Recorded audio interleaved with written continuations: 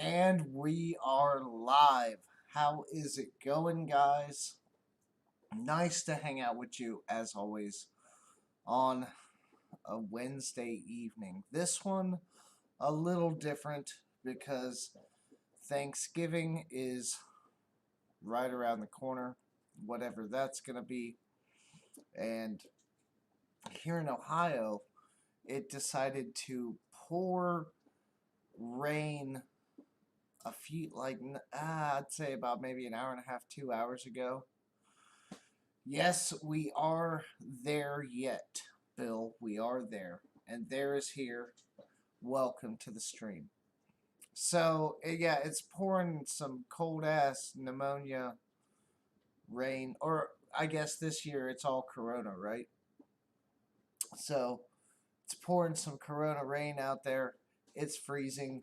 I needed a few. I could have started at about 8 o'clock, but I needed a little bit to kick on the garage heater in high mode, and it did a pretty good job for running only about 15 minutes. It brought me up from about 40 to maybe a little under 60. So we're doing pretty good there. And then, of course, now I've cut it off so that you don't have that grumbling in the background of that torpedo heater going crazy. It's once you're working with it, like if you're in the garage with it, you get used to it. But for something like this live stream, it would just be this growl in the background. And I don't figure that that's going to help me at all. It's bad enough that, I have the #1 Wednesday live stream, and that still peaks at about 10 or 11 people most weeks. But that's still fine. But grumbling isn't going to help me attract anybody new. So, here we are, guys. Another week down, or sort of.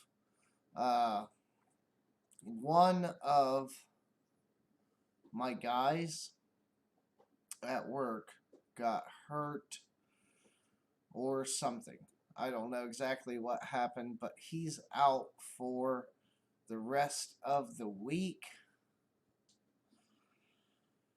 And we don't have anyone to replace him. So, guess who gets to draw the lucky card and pull some OT on the holiday weekend?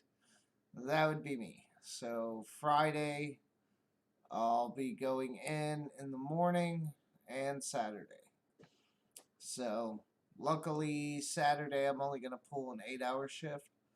But, I mean, the OT's kind of nice. The timing sucks and all that. And there was like almost literally no notice. So, that blows. But it's okay. I didn't have too many plans to ruin. So, it is what it is, I guess,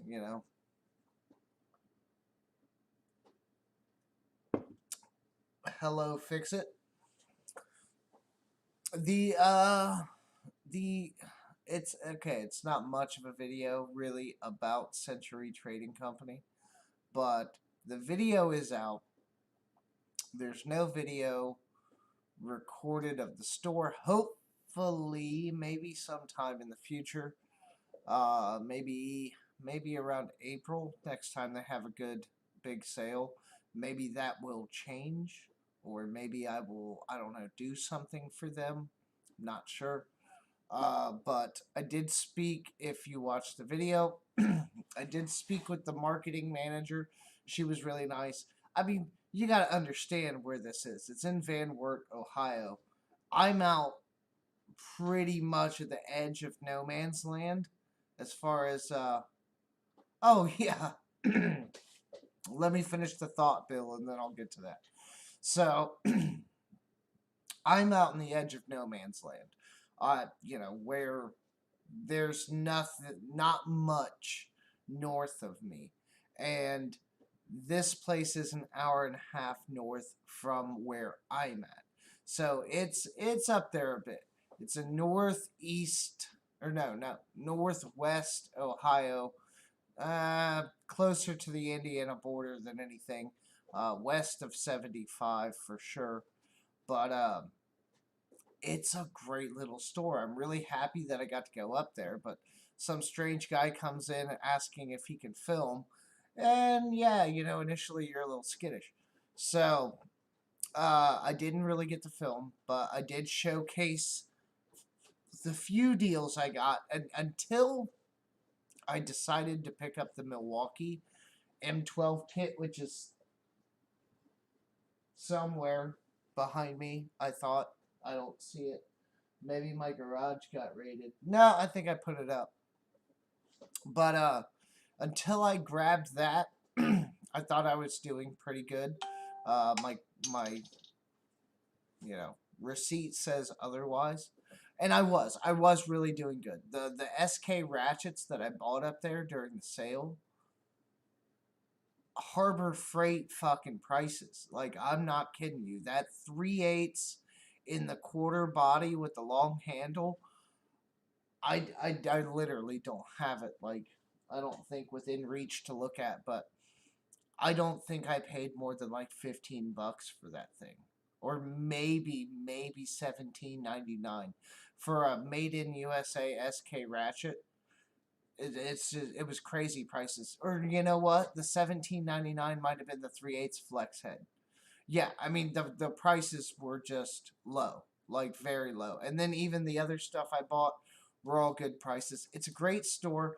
They are, again, if you haven't watched the video, watch the video. But they're ramping up their online uh, store. So their .com, on their site, so that you can shop online. This sale, it was kind of limited because they're like literally piecing it together as they go. But they plan to expand hopefully by the next sale. Pretty much everything will be on there. And I'm telling you, I've never seen SK stuff this low. I don't know how they I really don't know how they make any money selling them at those prices. But maybe they just sell that much. Because out there, I can see them being the main tool store in the area. And they said their average people, their regular shoppers, drive like 2, sometimes up to 3 or more hours to come to that store. And it's apparent why.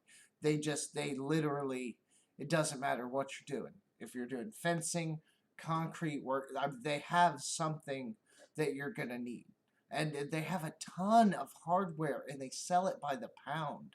Like, I mean, I'm sure the prices maybe would work out in some general favor because of the weight, but I've never, and it was good quality stuff. I've never seen anyone in recent years that does that. They piecemeal every little nut and bolt.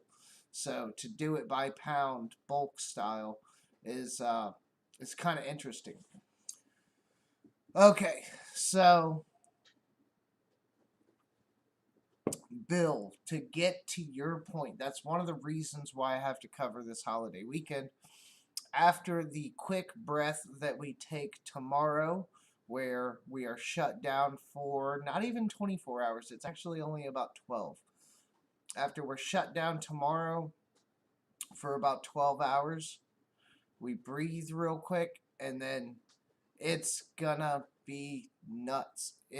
I remember last year, and it was kind of crazy, but this year, with all the COVID and the online shopping that everybody's doing, which has already been higher than what we consider normal, this is gonna be kind of nuts. Like, we're pushing everything to the limit. Some sites are probably going to go over what they consider to be max capacity. So it's going to be interesting to see how we handle that while trying to keep 6 feet from everybody. I just spent the last day and a half, well, 24 hours and a half, my site did, building these like barriers, because they have to put more people, right, to sort the higher volume. So we had to come up with a quick fix. And We did. We came up with these. It's like a standalone wall thing, and it seems like it's going to do the job. We had to design and build like 20 of those over the last day and a half, and I think it should work well. Uh, and yeah, so we had to do that so they can kind of get people a little closer than that 6 feet and still have, a real barrier between them. But I mean, it's going to be a challenging year. So if you don't see much of me, I'm going to do my best. I shouldn't have a problem keeping the Wednesday live stream going. But if you don't see me posting many videos or anything crazy for about the next month or so until after Christmas, forgive me because it's going to be nuts. I'm hoping to pull out my 40 and just get out most weeks, but if anything abnormal happens, it's all hands on deck. So we do not let ourselves shut down for anything that we can help.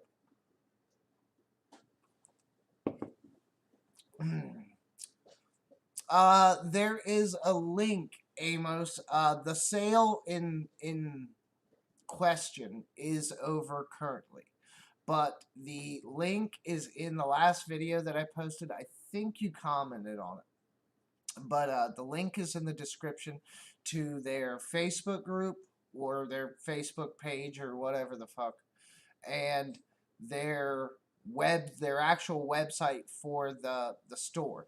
Now the website for the store does have some stuff on it. Again, it's limited. They're like the marketing manager was telling me, because I was trying to find out as much as I could.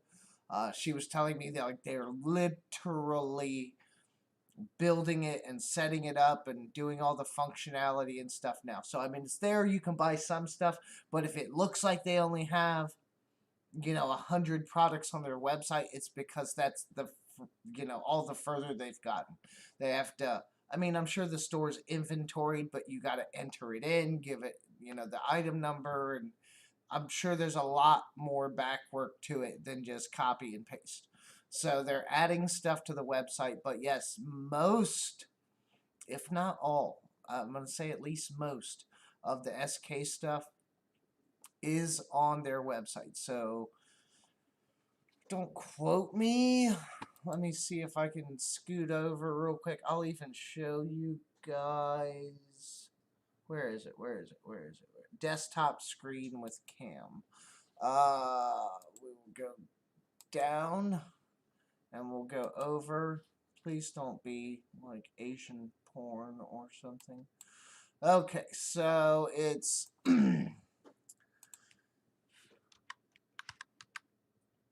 Century. There, it's already in my, it's already in my stuff. So there's their Facebook page when you search them up. And then Scrap Monster, I think I go to the Google thing here and click their website. Oh, shut up, Google. My phone's trying to activate. So here we are. It's centurytradingco.com. So Century Trading Co. Company.com. And so here's their website. It's not bad, and it looks like they have some deals coming through December here. Ooh, is that M12? Oh yeah, the soldering iron. I saw that. So here is, I know this can't be SK, but that looks like Craftsman. So they have a $99 137 piece mechanics tool set. Again, there may be some better prices out there somewhere, right? Those crazy deals and, whatever have you. But again, like, this is the only store. This is one of those small stores. They do what they do. They've been doing it for, that I know of, at least over 50 years. And, it doesn't sound like they're rushing to expand stores and create a franchise and dick over all their customers like everybody else. They're happy where they're at. They have good business. They have good customers. They have a good, rapport with the community and the people that surround them, so they're happy where they're at. And so now they're getting the online section up. So let me see. Is there a thing? Okay, so at the top here, they do have new. That's a section. They have American made, and then of course they have the Milwaukee. The Milwaukee is their go-to power tools brand. I'm not going to say there weren't any other power tools in there, but I didn't see a whole lot. They'd be more like your specialty tools and things, and I doubt they'd be cordless. They'd probably be corded power tools or something like that. Most everything I saw was Milwaukee, which is not a bad thing. So, like, just for instance, if we go to new, it'll show us, okay, no, there's nothing under the new category. American made, nothing. Milwaukee, nothing. That's weird. Okay, so back to the top. So, yeah, see, this is the weird stuff. But then you can still search. See, they must have took most of the sales stuff down. Again, they're still working on all this. Bringing themselves up to the online age, so to speak. So, like, just, oh man, yeah, they don't have the SK stuff listed anymore. It was at least for the sale, so maybe quantities changed or something, but they do show some stuff here. I know this website may seem, obviously less than what we're used to, but again, they're working on it. So they got some cords here. Arctic lined gloves for $1.99. That's actually a crazy deal. But yeah, so this is their website. You can get things shipped, and if you ever have a problem, you can call them either at the Ohio number, the 419, or at the 1-800 number, and I'm sure, I don't know that there's going to be an exact online database, but if there was something specific, especially SK, you were looking for, they can get it, and they can ship it to you. There's no problem. So that's their website. Again, they're building it up, and it's kind of in its infancy, but I will say during the sale, there was a lot more stuff here. I guess, obviously, you have to take my word on that, but yeah. So, hold on. Oh, Jesus. I never transitioned you guys over to the desktop view, did I? Jesus Christ. Okay, well, stream fails. Put that up there on Reddit or whatever. But, between Fort Wayne, Indiana and Lima, Ohio on US 30. I don't know who lives there. Maybe that's where Fix-It's at. Maybe now I know where he's at and I can come find him. But yeah, it really is. It's like that old hardware store your dad took you to when you were a kid, except there's a bunch of new stuff in it, and they just pack. I mean, it's at least the storefront, like the shopping area, is small. I mean, it's small, but I would say they utilize their space really well. There's a lot of stuff packed into a small area. That's one of the reasons why it took me so long to shop. Not only because I drove so far, I'm going to make sure I look around, but I mean, you had to look up, down, left, right, check this aisle out 2 or 3 times. Even on the third time, you're finding something you didn't see the first time.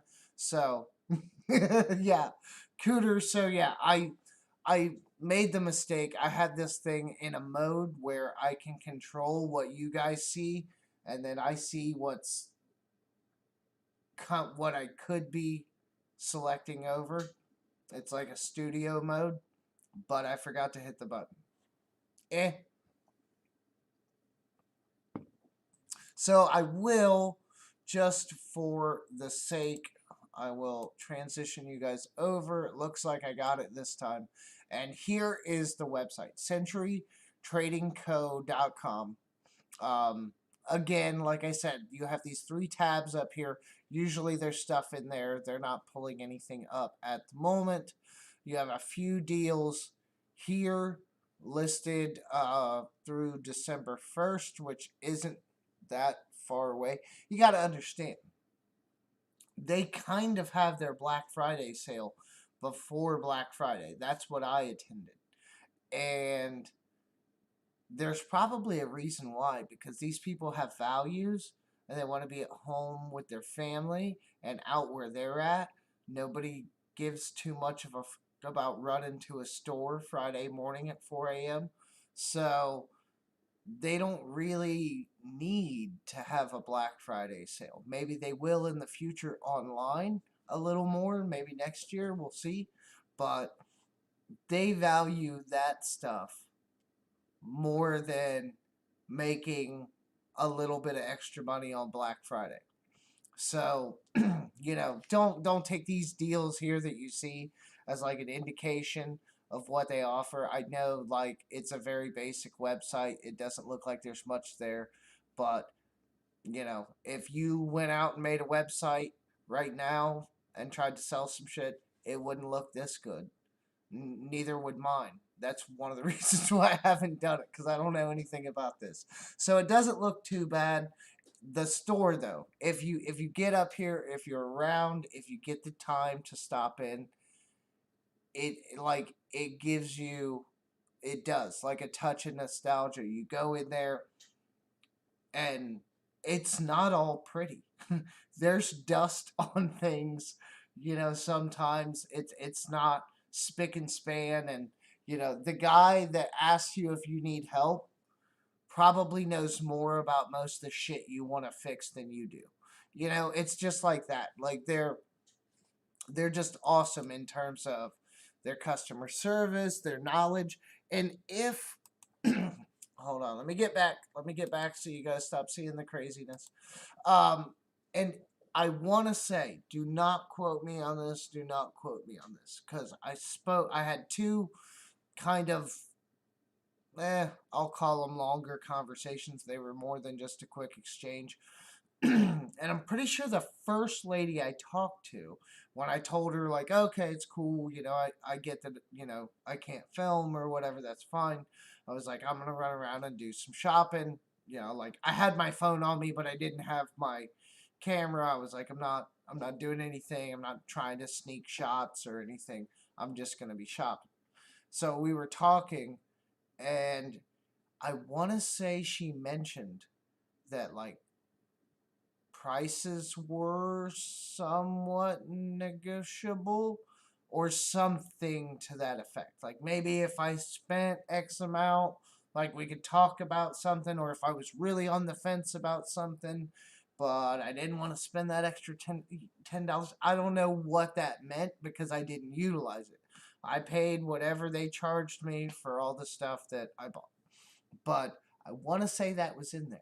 So I imagine those return and repeat customers that they have, those hometown people, I bet they kind of know the way it goes and the lay of the land.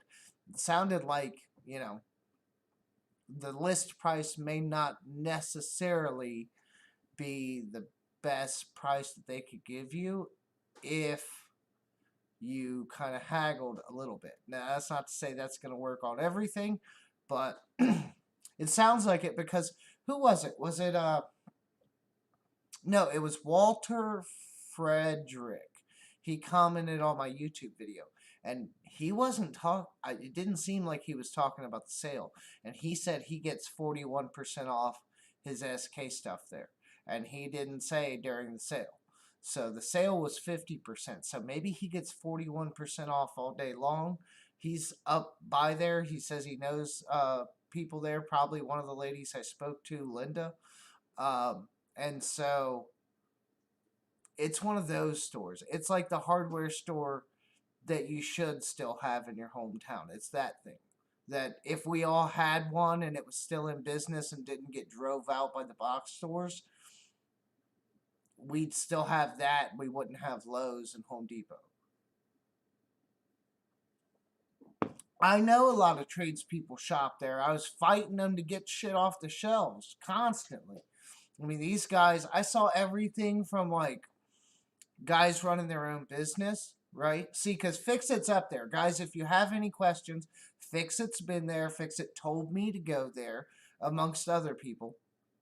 And so he's one of the ones that sent me there. And I literally got to say, like, I know I'm going back. And this has nothing to do with the YouTube channel or a video or any collaborations that I may do with them or anything like that. This literally is that hardware store that you went to when you were a kid. It literally is. Like, it's what Ace Hardware and maybe like True Value are still kind of trying to be, that like small hometown hardware store. It's that, but it's like it was before the corporate takeover. It's really nice. And just everybody was nice. Literally, like, no pressure, no, trying to mess with me or trying to upsell me or nothing. Like the guy behind the Milwaukee counter with all the power tools and all the sales, he didn't even, really, I mean, I'm not going to say acknowledge you. He would say hi or whatever else, but he didn't like really get on anybody unless they came up and they asked a question. I was looking at that damn M12 kit that I bought for like 10 minutes. And he didn't even say, "Oh, do you have any questions about it or anything?" He was just letting me do my thing and look at it and figure it out. Not only that, so they kind of know. Their customers aren't, dumb. They know tools. They don't need to like walk them through a purchase and explain why they might need it. They know they might need it. You wait for them to ask a question. So it was a really relaxed approach, and I really liked it. And just literally the hammer section, sledgehammers, just like it. Even Lowe's and Home Depot don't have half of the hammers and stuff that they had. Their hammers were like stacked next to each other, up on the wall, down on the ground, and like some kind of crate, like storage system of some kind. Like it was just loaded. Like it was some heavy duty stuff, because I mean these were like the 5-pound sledges and other things. I mean, it was just nuts. And like there's a little alcove over here. That their spray paint section was huge. Maybe not as big as the box stores, but I mean they had everything you could probably need. They probably didn't have like your Plasti Dip and your VHT nightshades and weird things like that, but all that normal stuff that you could probably want, they had. It's just oh god, the hardware section. uh no, I don't think I did fix it. No, I don't think it was the rep. This was their people. There was like two guys behind the Milwaukee counter. The one guy checking people out, mostly the like middle-aged guy with glasses and like salt and pepper hair, and then the blonde lady. I think that's Linda, maybe. Uh, she was up front, kind of helping customers and helping check out wherever needed. They had some Milwaukee gear, like the clothes, like long sleeve shirts and pocket tees and stuff. I wanted to get some of that, but I just got on Team Red. Let's give it a while. I haven't even broke the Milwaukee stuff out of the package yet. But one of the main points, okay, and I know other people, again, I know other people have this deal. That Milwaukee M12 kit. It's the 5-piece kit. You get the drill. You get the impact. Quarter-inch impact, sorry. Quarter-inch impact drill. You get the Sawzall. You get the 3/8 ratchet. And you get a flashlight. Hold up. Where the fuck is that? You know what? This is the worst live stream on Wednesday ever. Oh, God, it's heavy. Jesus.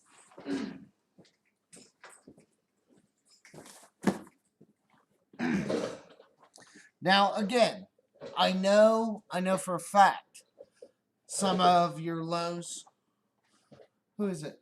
Lowe's has Milwaukee? No. Home Depot, because they carry Ryobi, so they got to have the Milwaukee. Whoever has Milwaukee, whichever one of the two, I'm pretty sure it's Home Depot.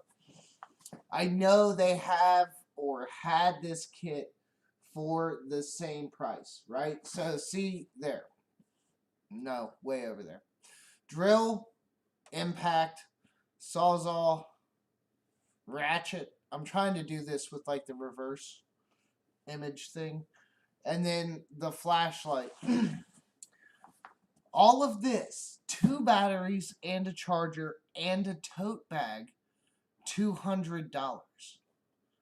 I literally couldn't walk out of the store. Like, I looked at it. I was staring. And what really got me, honestly, what really got me is I know that 3/8 ratchet is like what, like 79, 80 bucks, something like that, somewhere in there. I'd have to look, but like that's your Amazon bare tool price, you know, your general normal price, somewhere in there for that. So that's just the bare tool. Is like rounding about 100. You throw in the sawzall, the drill, and the 2 batteries, and you've got your money. And you got the impact and a flashlight and the carrying bag. Like, it's a crazy deal. I haven't opened it. I don't have any fucking time to, and I'm not going to have any time this weekend. I have to, okay, I don't have to. I'm my own man. I do what I want. But I got that. It's way up over there on the workbench. You can probably not see it behind all the chat and everything else. I got that Tack Life 3/8 ratchet, right? It was a promo they sent to me. They wanted me to shoot a video. To my knowledge, nobody's done a video on it, so I kind of get to do the first. It's going to seem a little more like a commercial. We talked about this last week. And I hope they're not watching. So if they're watching, I'm boned. But they got back a hold of me. Like, they were like, oh, well, did you get it? And I'm like, oh, yeah, I got it. Like, I'm trying to shoot a video. I'm trying to get something out, you know, hopefully around Black Friday for you guys. I was asking them, is there a deal coming or a sale or anything I can tell people about? But they replied back that they would like me to get the video done by Saturday. And I'm not going to lie to you. I already shot this video once. And it was horrible. Or at least I thought it was. So, because the Fiesta is not broke. Nothing happened. It's in here because they want me to show use, right? And I don't have any active projects. So we're going all YouTuber on them, and we're going to get some shots of it turning some bolts and some nuts. But there's nothing much on the top of this engine. As far as like a decent shot of it doing something, there's nothing there for it to like really to look good turning some bolts. So I got it in here for that reason. I don't know how I'm going to fix that problem. But yeah, they kind of put a timeline on it a little bit, which I get it. And that was my original intention, was to try to get them something as quick as possible. But I guess it's like when they state it, like, oh, well, we really would like or we need. They didn't use the word need, but they said they would like the video by Saturday, which I'm assuming to them means me to post the video by Saturday. So maybe if I get really lucky, tomorrow on my one day off, I'm not going to the Thanksgiving festivities. I'm going to be here at home alone. So I'll probably be out here shooting that video and then inside the house editing it. And then I have to work Friday morning at 6 a.m. Which for me means getting up crazy early. And I'm probably going to have to leave like slightly early because it being Black Friday, there's going to be more traffic. So hopefully I can get that video shot and edited tomorrow for them, so I don't disappoint my Chinese overlords or wherever it is that they hail from. I'm assuming China is where the Tack Life stuff is made. But yes! Like, how can you not? And that's the other thing. I'll set this damn heavy-ass thing down now. That's the other thing about the M12. I've heard so many people on the M12 stuff say that, like, yes, it's not going to be necessarily as powerful as the Milwaukee 18 volt, right? But some of the other 18 volt brands, maybe some of the cheaper ones, but still, like, it's going to have comparable power. Definitely, like, the Harbor Freight, the Bauer stuff, stuff like that. I would expect the Milwaukee M12 to outperform a Bauer 20 volt. Maybe I'm crazy, but that's what my expectation is. So, they're also lightweight tools. If you're doing any big projects and you're working for a long time, like I do, ignoring the chat, it's probably going to be a little more comfortable. I know I love my Cobalt Impact, wherever the fuck it is. It's down there on the bench.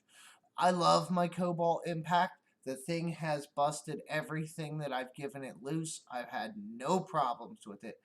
But I will say, when you're working with it for a while, it's heavy. Not right away, but as, it's in your hand for extended periods of time, it gets heavy. And it is kind of big and awkward. Granted, I don't have an impact in here, but you get my drift. Like a lighter weight tool, if you can use it. Especially someone like Neil, if he's even still here, if he even still fixes things. Somebody in like apartment maintenance or something. This is still, it's pretty heavy. But you don't necessarily need everything in this for apartment maintenance. But you will save weight on the M12 stuff. And there's some other companies that have some M12 stuff. Chemo has some, like the 12 volt drills and things. A couple of the other Chinese companies have some options out there. Tack Life has a bunch of M12 tools. I do not know if their batteries are interchangeable for sure, but I suspect they are. I guess we'll know at some point. But yeah, so I really apologize, guys. If you can't tell, I rant a little bit, and these are my live streams. I mean, you guys have been here. This is what we got. This is what we do. But I will say, I got a bunch of shit going on. It sounds like I'm going to be pretty busy through the holidays. But I'm going to figure out what I can do. I got to keep it classy and tasteful. I don't really... Oh, Jesus. This thing is so heavy. I don't really know if I'm going to keep this, but I don't have the time, a lot of time, to play with it and do any fucking videos either. See, this is the bad thing when being a YouTuber like me, who buys stuff and then, has to do something with it. Like, sometimes I've gotten rid of tools and I've never done videos on. The original Bauer drill, not the one from my last video, but the first one I bought, the one that is identical in the body style to the Master Mechanic. I had one. I fucking had one. And I bought it for that reason, but I never pulled the trigger on the Master Mechanic stuff at that point, and it was just sitting around, so I figured I'd give it away. I gave that thing away. I never did a single video on it. I talked about it somewhere. I don't know if it was Instagram or in a live stream or what, but I had it. I played with it a bit. It seemed to have decent enough power. It was a drill. It did 3-inch lag screws, into a 4x4 post with no problems. There's nothing immediately the matter with it and its quality and its ability to do its job. But I gave it away on the channel and never shot a video on it. So there was a $60 drill that went, and then I had to buy it again when I actually decided a year and something later to try to film the video I probably should have filmed when I did the Bauer Tools video. So yeah, Rust Belt, it was nice. I don't know if you're still here, but thanks for stopping by. Not that you are more important than anybody else in the chat. Just I noticed that you had swung by and some people were saying hi to you. Bill Beckett, of course, is number 2. Renegade's Garage is number 1. Fix It is a close 2.5 somewhere in there. No, we don't have a rating system, but you guys know who you are. The ones that are here every week, I love you. I appreciate you. Anybody who stops by on a semi-regular basis, I mean, Rust Belt, that's big for him to just kind of stop by. I don't see him. I see him in some people's live streams, but definitely not everybody. So it is an honor to have an esteemed guest of his caliber, Mr. SP Tools himself. I gotta say, I'm gonna smoke a cigarette. I gotta say, I'm jealous of him a little bit. It's like, don't we all, except you retired folks like Bill? I'm assuming, Bill, you're retired. I think you've said that before. Or semi-retired, whatever that might be. But you old guys that maybe don't work anymore, you can ignore this statement. But most of us young guys, middle-aged, I'm not young. Why did I say that? Middle-aged guys that are like, I don't know, probably still 10 or 15 years from retirement, or we think, anyway. At the heart of it all, don't we just all want to quit our jobs? Or at least transition into doing something like fun, like fucking around and tinkering or whatever. Like, isn't that everybody's dream? It's mine. I don't want to work for anybody anymore. Granted, my boss is great. He's a good guy. We get along great. There's no problems there. I don't want to work for anybody else anymore. I want to do my own thing, but I can't make that leap because of the financial instability of it. That's a pain.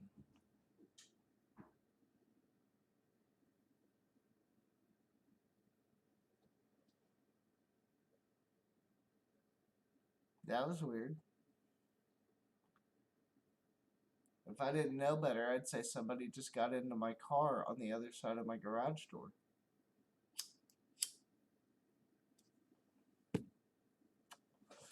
Let's find out why. What the fuck was that?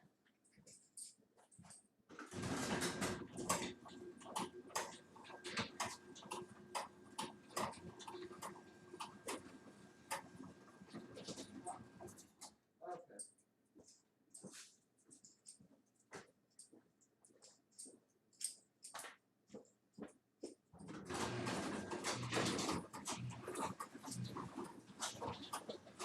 All right, crisis averted. Wait till. There we go. Yeah, I got a neighbor who, like, we're here, and there's an alley, and then it's not even really catty corner. Like, if you look at where the garage door is, that's about where his garage starts, and it goes over there a little bit. So he's not really far away. Sometimes his, like, if he has people over, which COVID says he can't, but if he has people over, they'll kind of park behind his garage or kind of on the side there, sometimes, whatever. So that's what it was. The door shutting that seemed way too close was a car door, like literally right back there. So it all makes sense.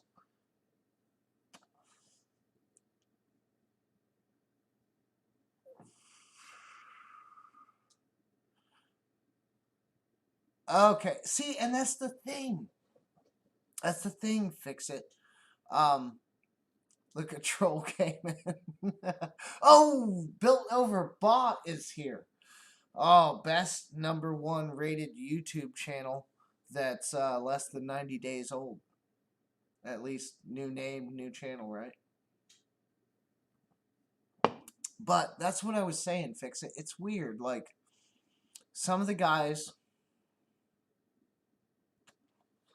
that I've known that have run their own businesses, whether that be landscaping, a mechanic shop, literally whatever. Some of the guys that I've known, or people, let's take guys out of it. People, women running bakeries or whatever it is that they happen to do. All the people that I've known that have run their own business that seemed like pretty decently established, successful, whatever that means. Um, yeah, like a lot of them kind of like, oh, the grass is greener back on the other side. But then the people that slave and go to work and punch a clock and, work for somebody else, a lot of them say the opposite, like what I'm saying. I don't want to do that. So it's weird to see like the dichotomy there, that some people that end up doing it are like, yeah, really, you don't know how good you have it. But then at the same time, I like what I do. I like my job. This has nothing to do with my job. This is a totally me thing. I've just always felt like I would be better off if I was responsible for my own stuff. That's kind of the experiment with the YouTube channel, except I'm relying on all my own skills, which are like, yeah, 0 to none. Like learning all the editing and all that shit. Some of you guys, some of you guys know. Oh, and you can tell in my editing, I'm not. I've seen other people, like some of the few bigger YouTubers that actually do their own editing still, and I look at their shit and I'm like, how? Like, I know a little bit about what it takes to get that level of nice editing, and I'm like, how? Again, how? I can learn different programs and things, and I've done pretty good with my editing software, but I don't have the 10 to 40 hours that I really need to sit down and hammer out to figure out how to do all the little things that I want to do and all that. And then there's the retention. I'll learn it. There's a couple of times I've sat down to try to learn a few specific things, and I'll learn them, and then like 2 or 3 videos later, I'll catch myself not doing them, and be like, oh wait, okay, well wait, I need to go do that. And I'm like, wait, how did I do that before? Like, if I'm not actively doing something on a semi-regular basis, it's not that I forget. The knowledge kind of stagnates, and then maybe I second guess myself when I do go, oh well, this is how you do it. I'm like, wait, no, I better check. Just because I don't know. Maybe I don't trust myself if I'm not 100% sure. I don't know. But I run into that a lot. It's a lot of fucking work. Anyhow, not to ignore the chat. I gotta get back to the chat. Bill Beckett says he runs a family business where the non-working family members think they are my boss. Yes, we talked about that last week, and that's a damn shame. It really is. And I mean, I'm not going to say I feel sorry for you. I definitely, envy your situation, or not envy, empathize with your situation, because that's shit. That really is. Especially like the chemicals and all the stuff that you're going through to keep it going yourself, even though it's physically detrimental, and they're still being like that. That's crazy.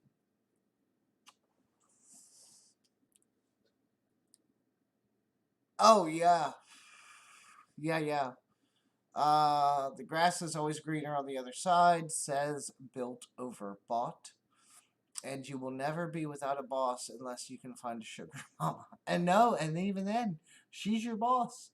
And if she says she wants a bath ran with bubbles and champagne, by the time she gets home and you're sitting pretty, then you better start running that bath and popping that champagne.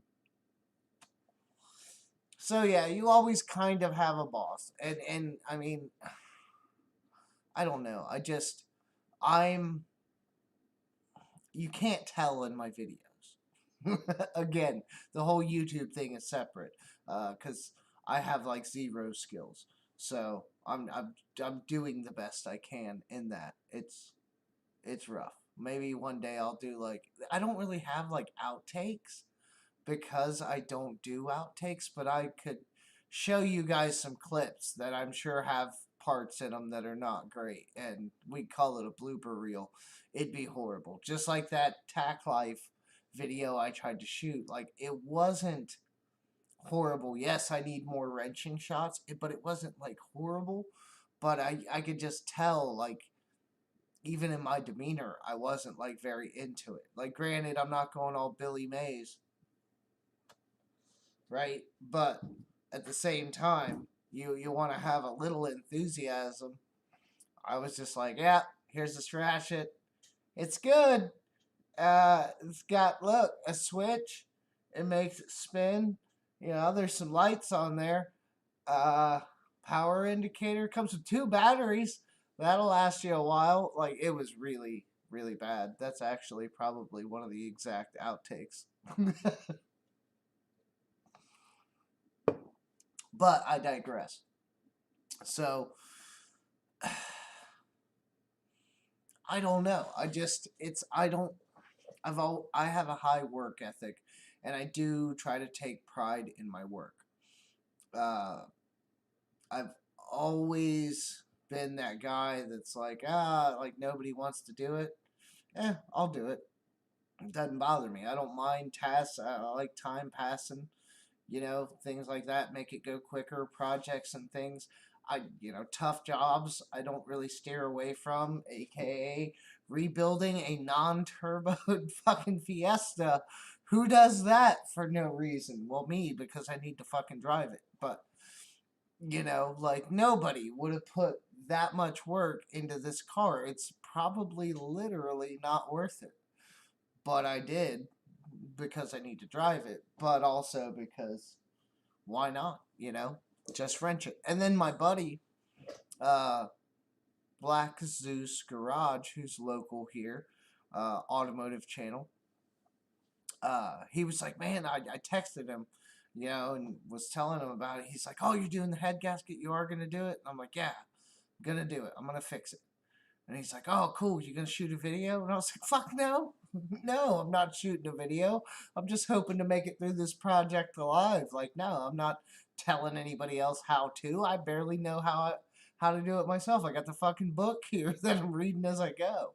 Uh, so it's stuff like that. Like, that probably would have made a great video, or at least a decent one, and got some views over time, but I didn't feel like I was an expert enough to try to tell anybody else how to do it when I'm still reading the book, trying to figure it out myself. So, but my work ethic aside from that, and stuff that I do know and stuff that I am comfortable with, is really high.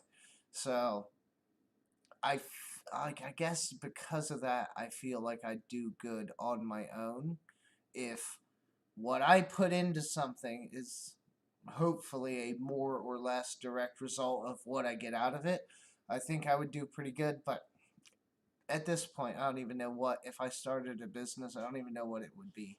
It could be everything from like handyman work to, I mean, it couldn't be like an automotive mechanic because of the ASE certifications and all that. I'm sure I could get there, but I'd have to put in extra work for that, so that wouldn't be it. I don't want to build fences or cabinets or any of that. So I don't know what it would be.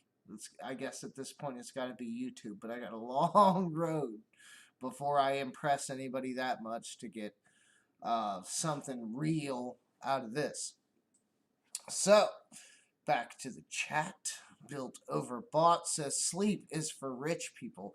Actually, that's an interesting comment because I've heard that most successful people and self-made and entrepreneurs and all that stuff like sleep like 5 to 6 hours a night on average, um, and I guess that's pretty common, uh, and I probably get, let's see, I'm gonna really run up the numbers for you here. I probably go to sleep at about 9, somewhere between 9 and 10, most nights.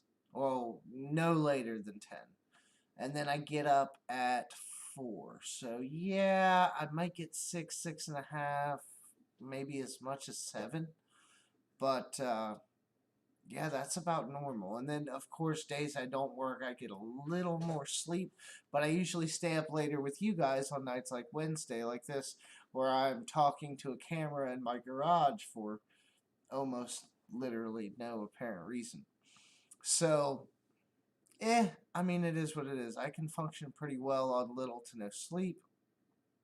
But I did recently get a CPAP machine because apparently I try to kill myself in my own sleep by asphyxiating or something like that, like not breathing. So I got one of those. I've had that thing for a couple weeks, and I will say it's a pain in the ass. It's like one of those alien face sucker things, but I mean, I still maybe need to go a little bit more into it, but it seems like it's helping. Like, I get more restful sleep. I feel a little better. I don't feel as groggy for as long in the morning. I'm not as tired during the day. So it is helping. Um, oh, ACM stopped by to say hi. I am as well as can be.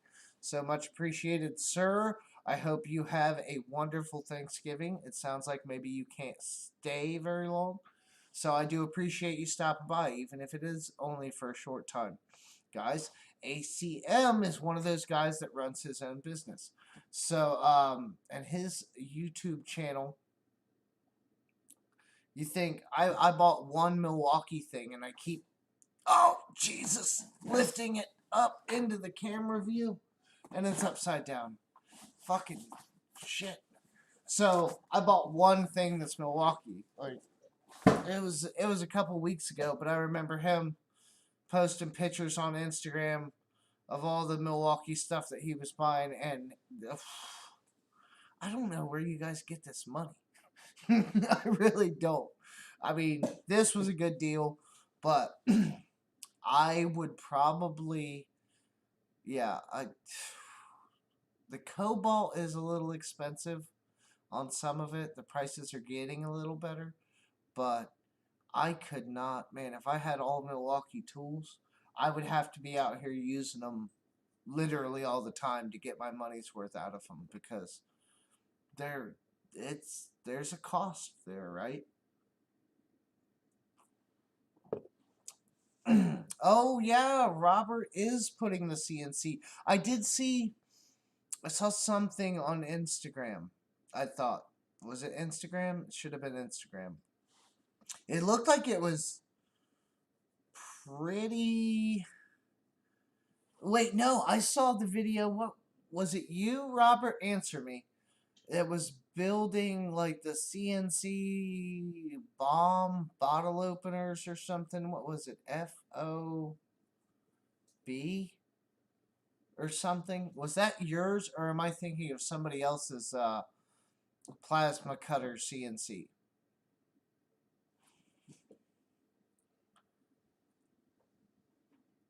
I bought these at a local shop, ACM. So I bought these at a place. I just put a video out to, well, it went out today. It's been out for a while, but it hasn't been public. So the patrons got it a while back, and then I scheduled it for release today. But I bought it from like we'll call it a local hardware store. And so I guess not the hack. What, I guess I'll have to look that up. I think I've heard about that before, that there's some kind of hack or something you can do with the Milwaukee tools. But no, I do not do that. This is the first thing on Team Red that I've bought, and it hasn't even come out of the package yet. So I am a failure.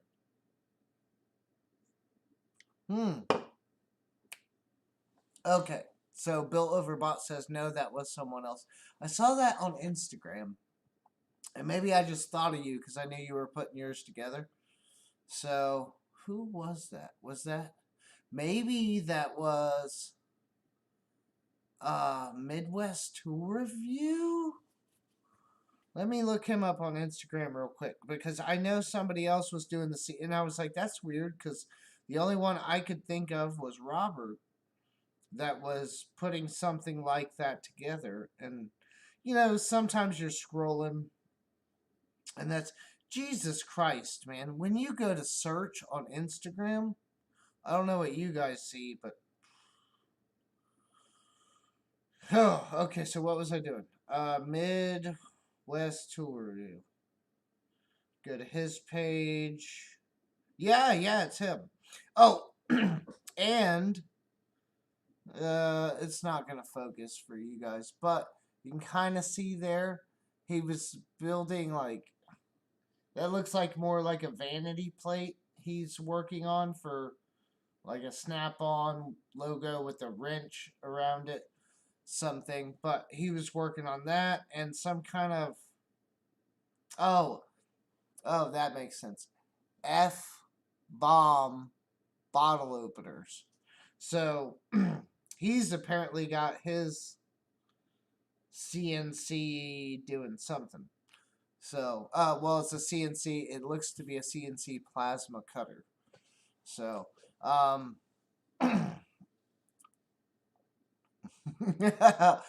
of my welds are square. They may be crap, but they're square. Well, that's what's important.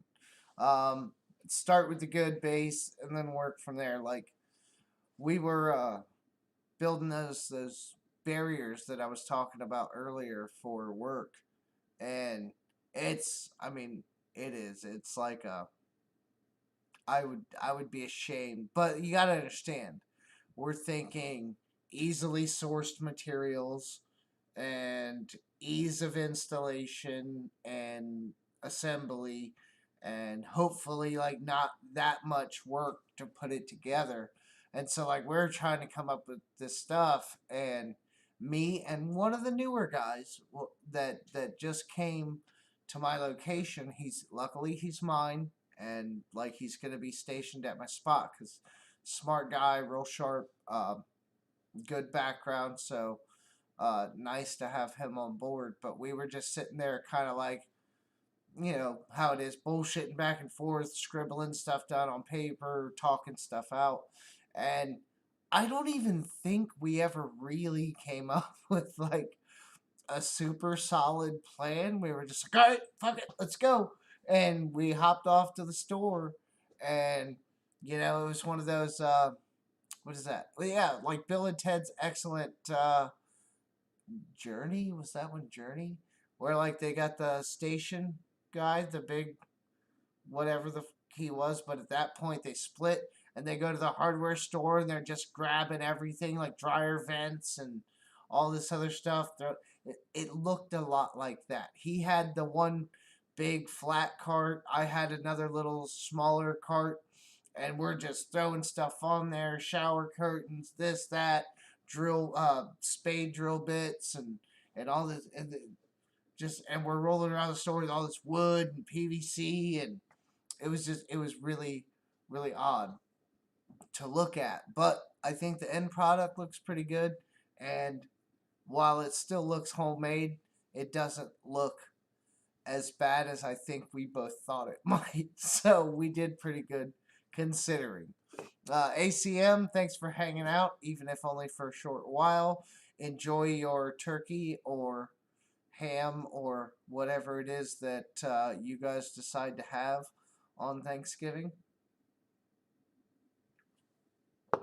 Ham is apparently a lot more popular on Thanksgiving than I was led to believe.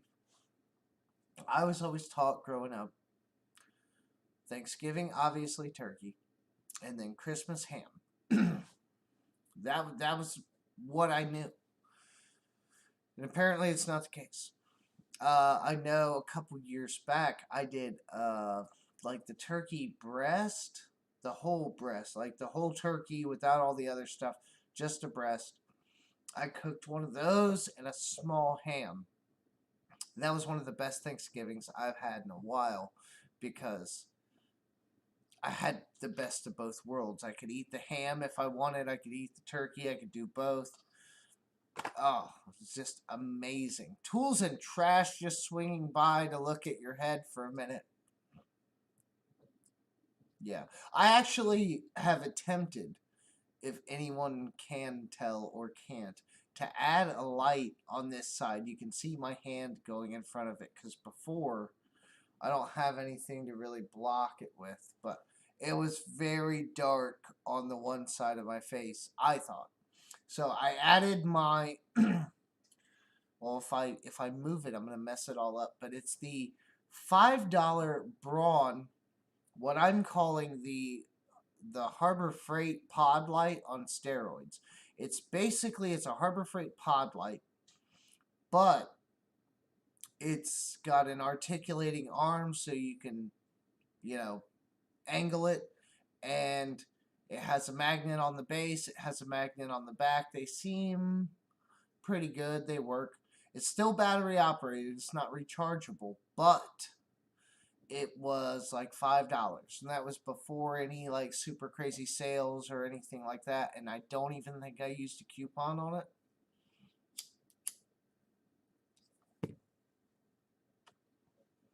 So, as compared to the pod light, since the pod light's still free, that's still the free item sometimes, ain't it? But even assuming the pod light's free, we have 1,000 of those. But this thing, with the arm and the magnets and the fact that you can angle it pretty easy, it's still not that big. It's probably about 7 or 8 inches long, like the total body. It's not bad for a $5 flashlight. So, eh, I kind of thought when I looked at it that it was the pod light on steroids. And for $5, I would pay anything to have something slightly better than the fucking pod light. We all have a million of them, and yes, sometimes they come in slightly handy, but the magnets seem weak on them. They run through batteries crazy fast. I mean, I've put good batteries in them. And I don't know what the fuck's going on inside there. Not very much electronically. But it just eats batteries. Like, you leave that thing on for, a little while, an hour or two, and it's already noticeably dimmer than when it was when you put fresh batteries in it. So, this seems much better for $5. It's a good flashlight, I think.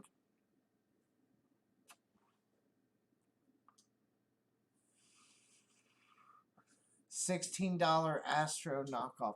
I have, I have that, Jesus, it's somewhere around here. I have that Loft Tech that I bought a while back, and it's a weird company. I've seen them sell other stuff that was not tool related, so I'm sure it's one of those more opportunistic companies that kind of gets what they can on the cheap. But this has their name stamped in the metal. It's got a good finish. It's all metal. It's like a little pod light with a arm and everything. But it's also a power bank, like a USB power bank, and a couple other things. It's pretty good. The battery life on it's good.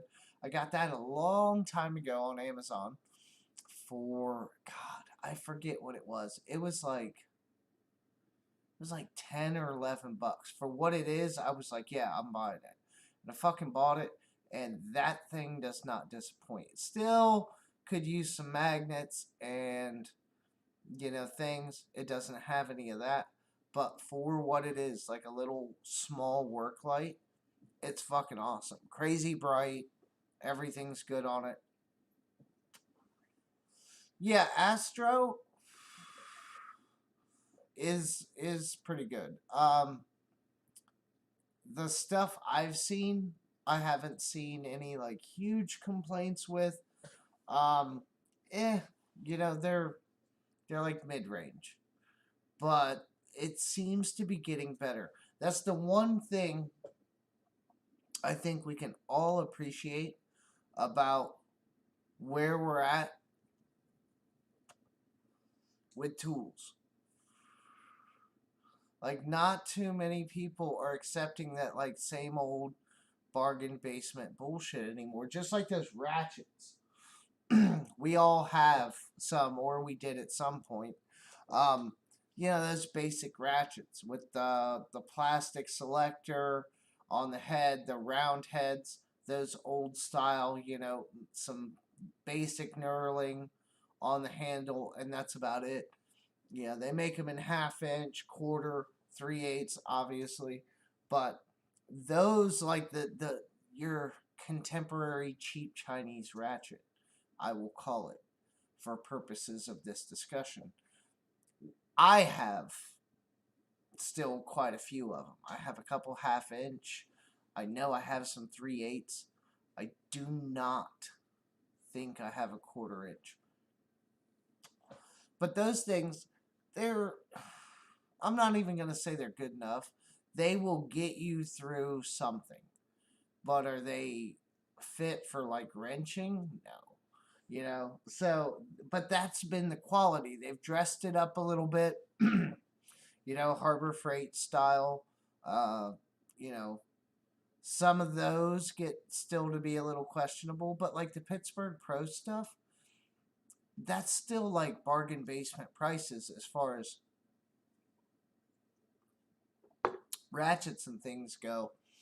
But the quality's still not that bargain basement. And everybody's raising their quality up incrementally, here and there. Just like, I don't know. I've seen the power built tools that I've seen. If you guys haven't watched the video,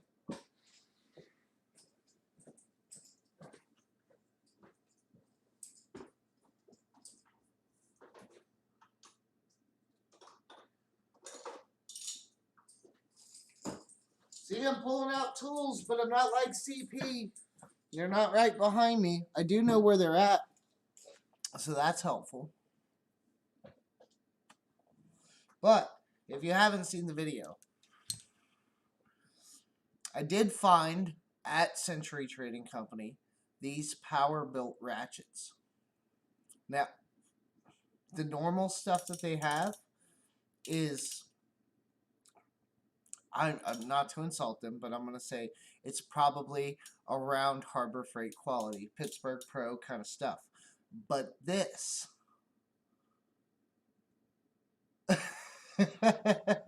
well, I got it covered, so I could actually pull the cover off. I got a thing to try to soften the light. If I turn that off, or pull that off rather, it gets really bright and my head gets very, very shiny. Yes, see. Oh, well, now since I've taken the stuff off there, thank you, Tools and Trash, for the donation. Much appreciated. Here, I will turn this fucking thing off and I will show you this brawn light.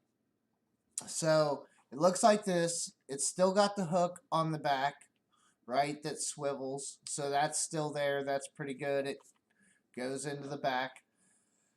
It's got the same looking LED array, that Cobb style lighting, but if you can't see in the video, but if you look at this versus the pod light from Harbor Freight, there's twice as many diodes in there.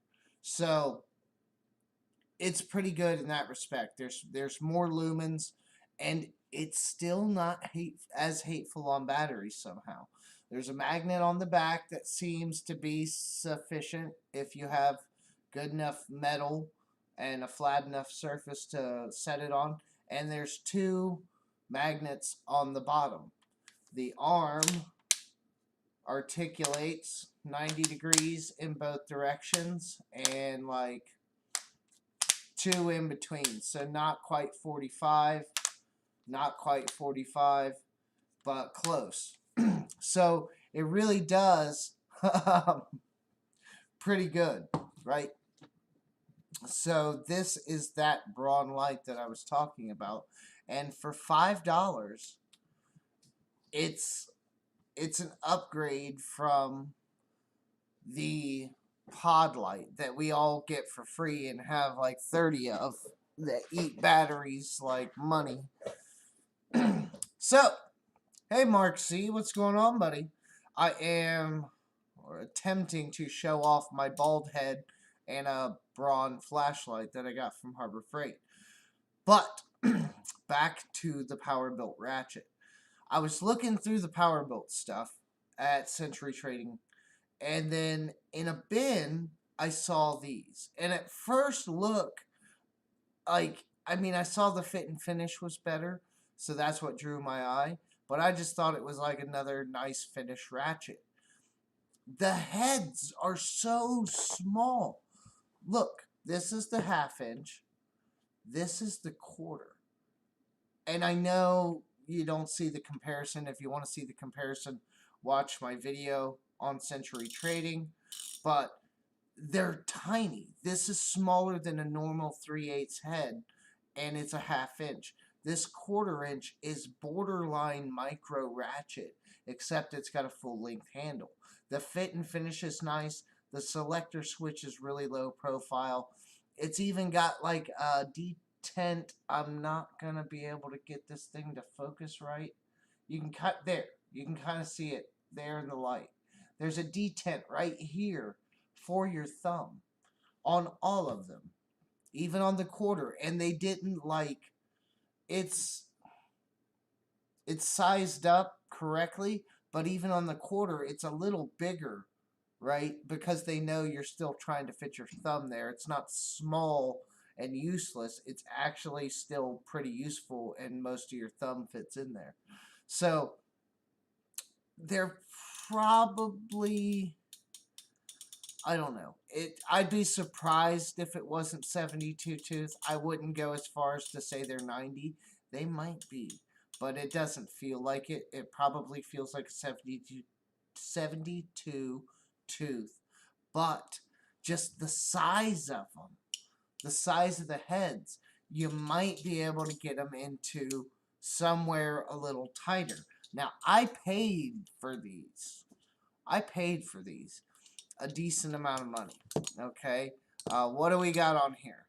We got $40 for the half, $30 for the 3/8, and $17.99 for the 1/4. So I paid a little bit for those.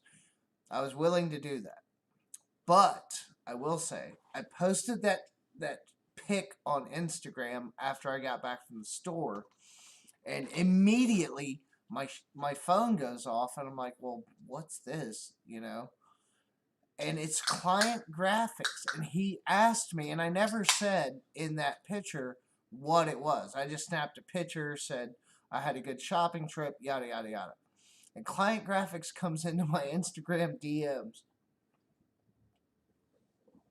immediately, and he was like, hey, what'd you give for those power built ratchets? And I was amazed, because I was like, somebody knows what these are. I've never even seen them. And here this guy knows what they are just by looking at my Instagram photo from 3 feet away. And I was like, oh, roundabout between all of them, I said I think I gave about $100. So what is that? 40, 30, there's 70, yeah, $85 or somewhere there, close to $90 for the 3. And then he goes, oh, well, I got him a little while back. He didn't say where. He did send me a screenshot to prove it. But I suspect it was Walmart. Don't quote me. But a while back, apparently, there was a price glitch or something. And they were listed this set of these power built ratchets that I'm holding here for $49 for the 3-piece set. And I think, again, don't quote me, I think he said they came with a foam insert to store them in too. So yes, I do watch Struggleville. I do. I like PJ, and I watch occasionally, and I have caught some deals specifically and only because of him. Things I can think of. The Work Pro wood chisels. I got those from him for some amazingly cheap price. I just got a, oh god, it's somewhere back there. I forget what the brand is. Sanon or something. It's like a laser line level. I got that thing for like 10 or $13 somewhere in there. So yes, I do watch PJ. I don't watch probably as often as I should, and there's a reason for that. The reason I don't watch him as much as I probably should, number one, is because I don't need to spend a bunch of money, and number two is because I have my own Facebook group that I created for tool sales and deals.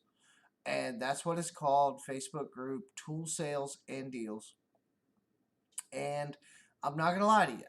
It's not like the box store. We're not posting ads. Some people do post a few of those things. Wood Grain Owing Mills. He has a YouTube channel. He posts some stuff on there. He's about one of the only other regular posters on there with me. But what I do on there is I try to kind of do the PJ thing. I sort through Amazon deals a lot, mainly, because that seems to be my forte. And I'll sort through a lot of those, try to find items that have promo codes and coupons and different things, and I post those sales and deals when I find them. Um, of recent memory, I found a SATA half-inch digital torque wrench a while back for like $115, which for a half-inch digital torque wrench is a pretty good deal. And all the SATA stuff that I've seen personally is good quality. So, yeah.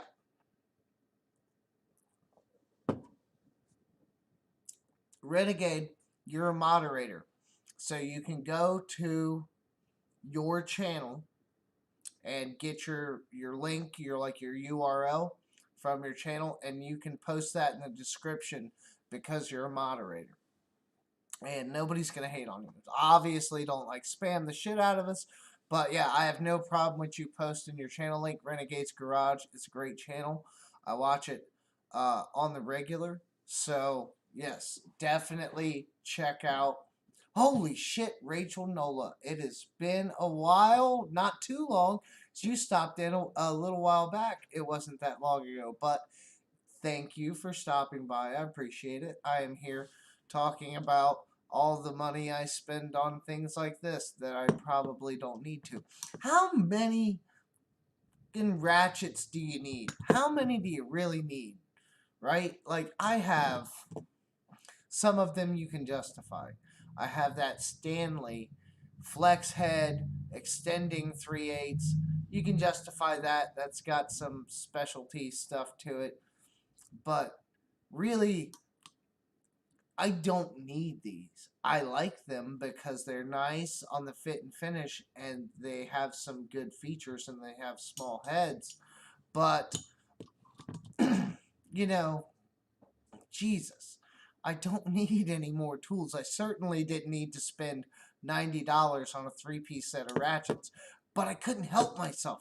Look at the size of that thing. It's what I tell all my girlfriends. Look at the size of it. Yeah, usually disappointing. But, like, how many ratchets do you really need? How many wrenches? Like, I know, like, CP's got a whole drawer full of ratchets. He just posted a thing about he thinks he has a ratchet problem. And that's probably true, because how many do you really need? It's not like grinders where you have multiple grinders with different discs or wire wheels on them so that you don't have to change them out. These are easy to change. Push of a button. And you can change out your socket to a hex socket or whatever you need to continue on. But yeah, it is. It's chrome jewelry. Good comment, Built Over Bot. I agree with that. So Rachel Nola says she gave me a thumbs up, and yes, I do appreciate that. I can swing over if my mouse turns on. I can swing over real quick. Oh, did I kill it? I think I killed it. I had my chat up. Oh, now I gotta bring it back up and do this stuff. Yeah, I had the chat up before I actually went live. So that, oh, now I gotta kill the audio. Kill it! Okay, so I'm gonna go to Rachel, and I am gonna give her a blue wrench. You know, the tool channels, we just don't know how lucky we really are that, oh, what the fuck did I do? Okay. Hold on. I'm coming back to you. I gotta... My stream, like the icon for my streaming software on this giant desktop that is a TV, is literally right behind the camera. So, like, I have to go way off to the side to, like, look and see. But I went over there. I gave her her blue wrench. But we're really lucky that the moderator symbol is a wrench for tool channels. I mean, for everyone. But it just kind of fits, right? So I think of everybody on YouTube, we're the luckiest because the moderator symbol, by default, I've heard you can change it. I don't know how to do all that craziness, but by default is a wrench. So I think that's nice. My thoughts on Gearwrench. Okay, I'm going to be honest with you. I've had limited exposure to the Gearwrench stuff. So none of this is coming from like some long-term review or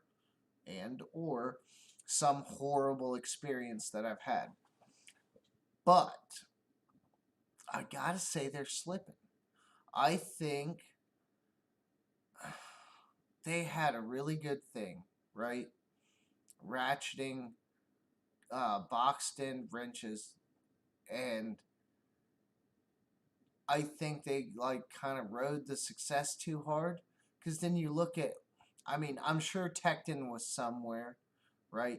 But they weren't anywhere near where they're at now. I think when I first started hearing about Gearwrench and ratcheting wrenches were becoming very popular and all of this.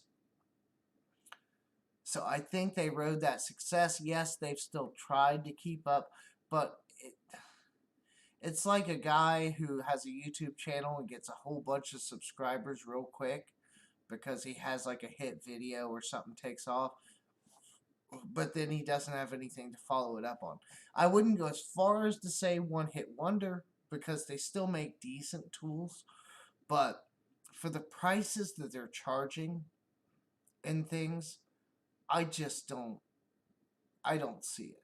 I mean, maybe on the ratcheting wrenches because hopefully you're getting a slightly better design maybe than everyone else who's making them now.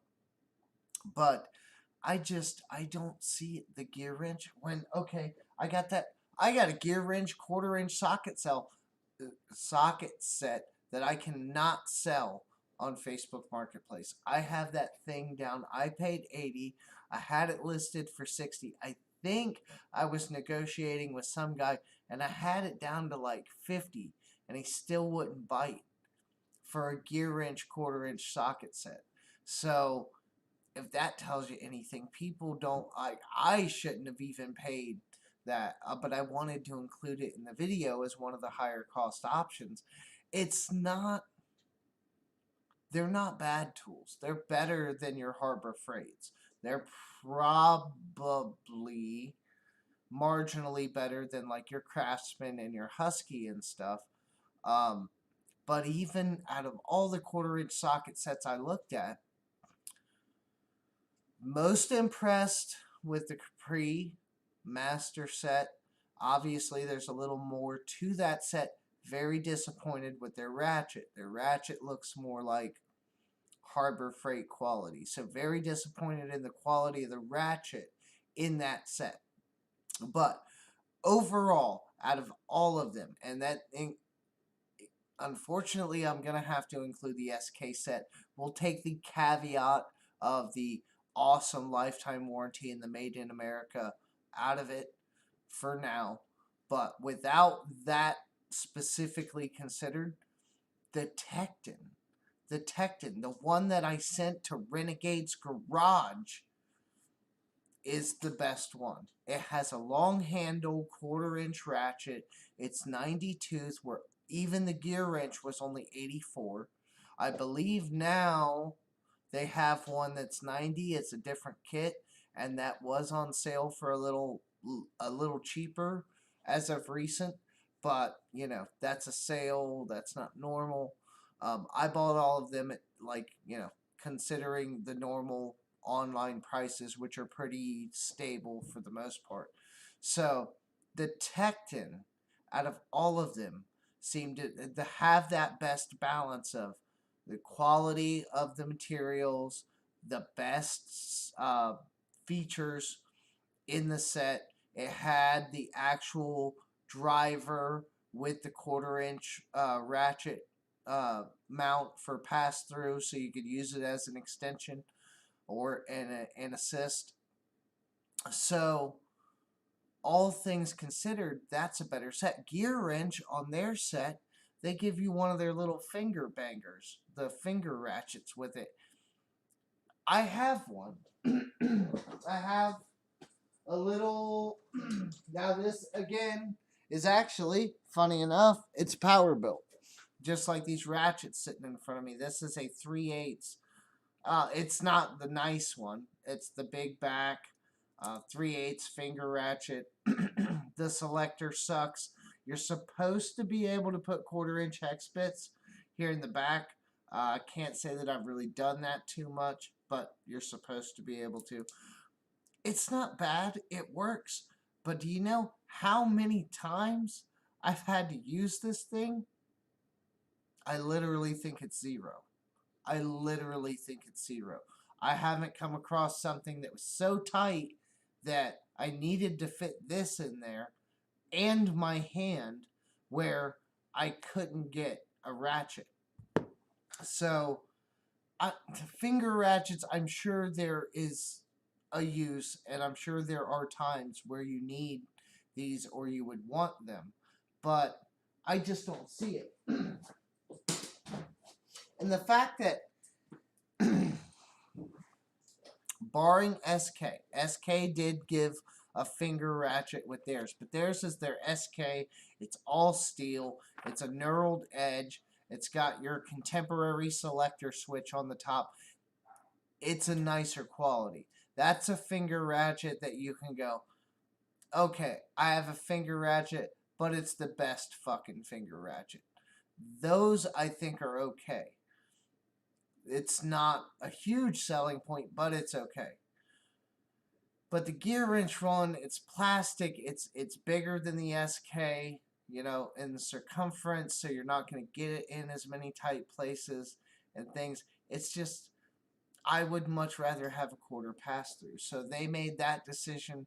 That was the start of what killed them for me on that set. But then just their quality just doesn't seem, from somebody who's trying to charge, I mean, it's not borderline tool truck, but if people were still paying it and they still had all the hype around them, I bet they'd be about up to tool truck prices. I really do.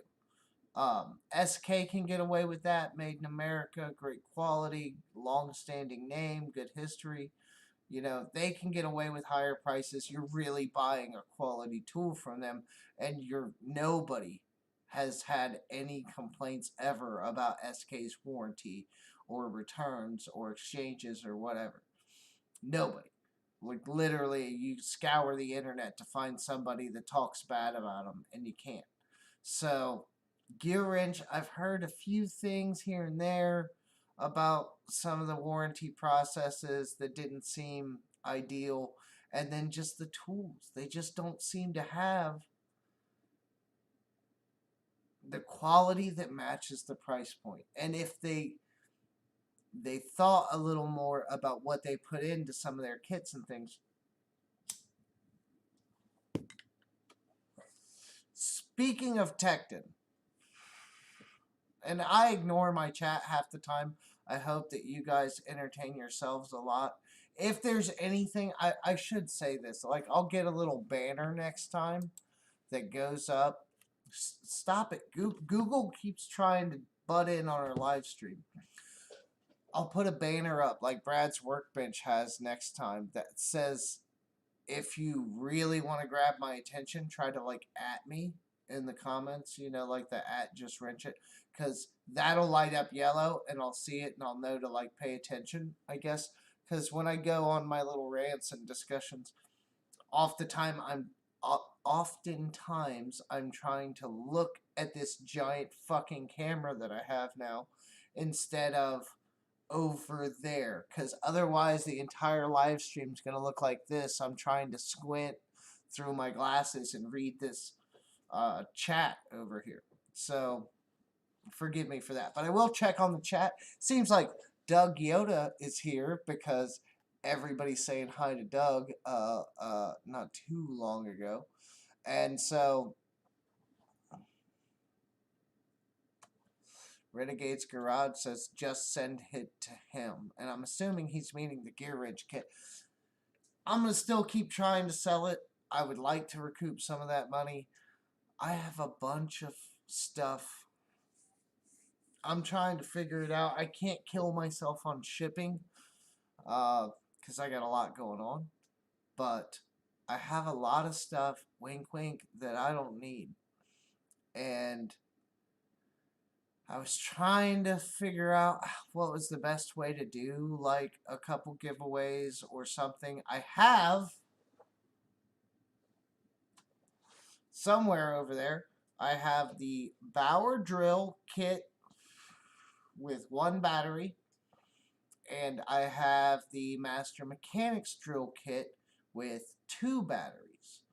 I do have those. I do not need them. I am not interested in getting into either platform. So I did my video on them. I tore them apart. I proved they are the same because they're literally the same parts inside. They just look different.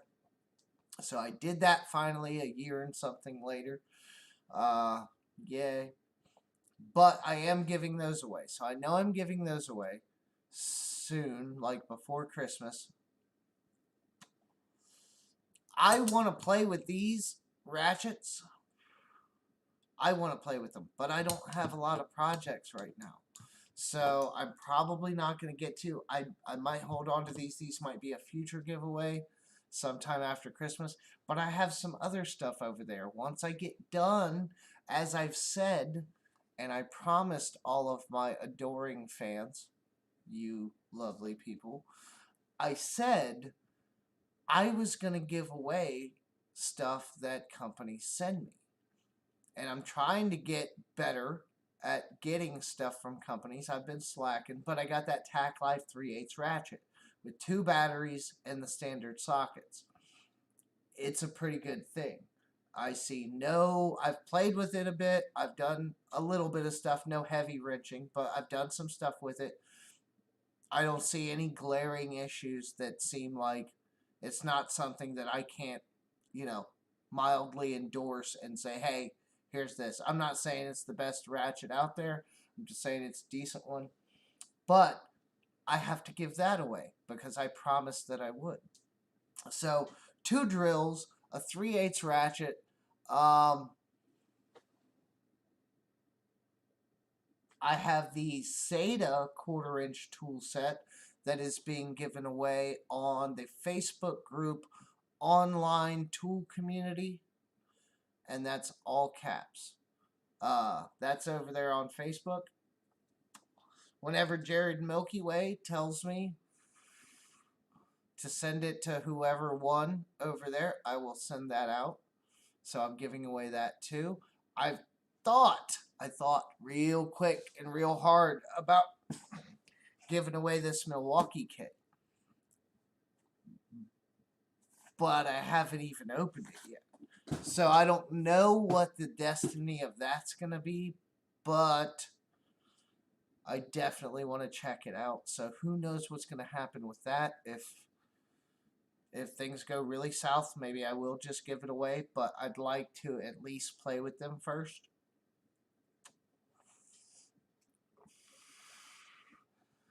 $11 is a big live stream for me, Mark.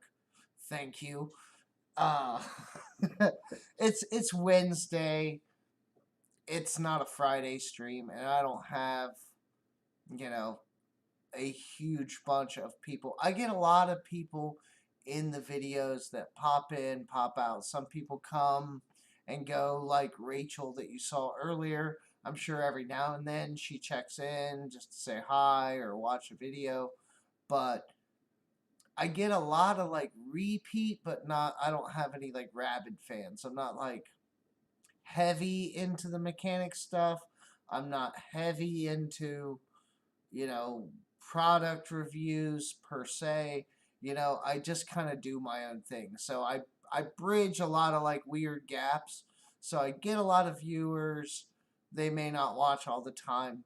They definitely probably ain't worried about coming into my live stream on a Wednesday night at 10 o'clock. Just saying. I mean, there's plenty of channels that I'm subscribed to that I either don't get to watch as often as I would like, or some of them I probably don't watch at all anymore. I'm sure I have like 200 subscriptions, and I maybe try to keep up on about 50 of them or so. Shit's hard, man. We've talked about this in many live streams. It's hard to keep up with all your subs, or your subscriptions to actual channels, no matter if you're a YouTuber or not, you know. I bet you would trade me something for the Milwaukee stuff, but the good news is you could buy this just about anywhere, it seems, right about now for $199 if you have that kind of money to spend.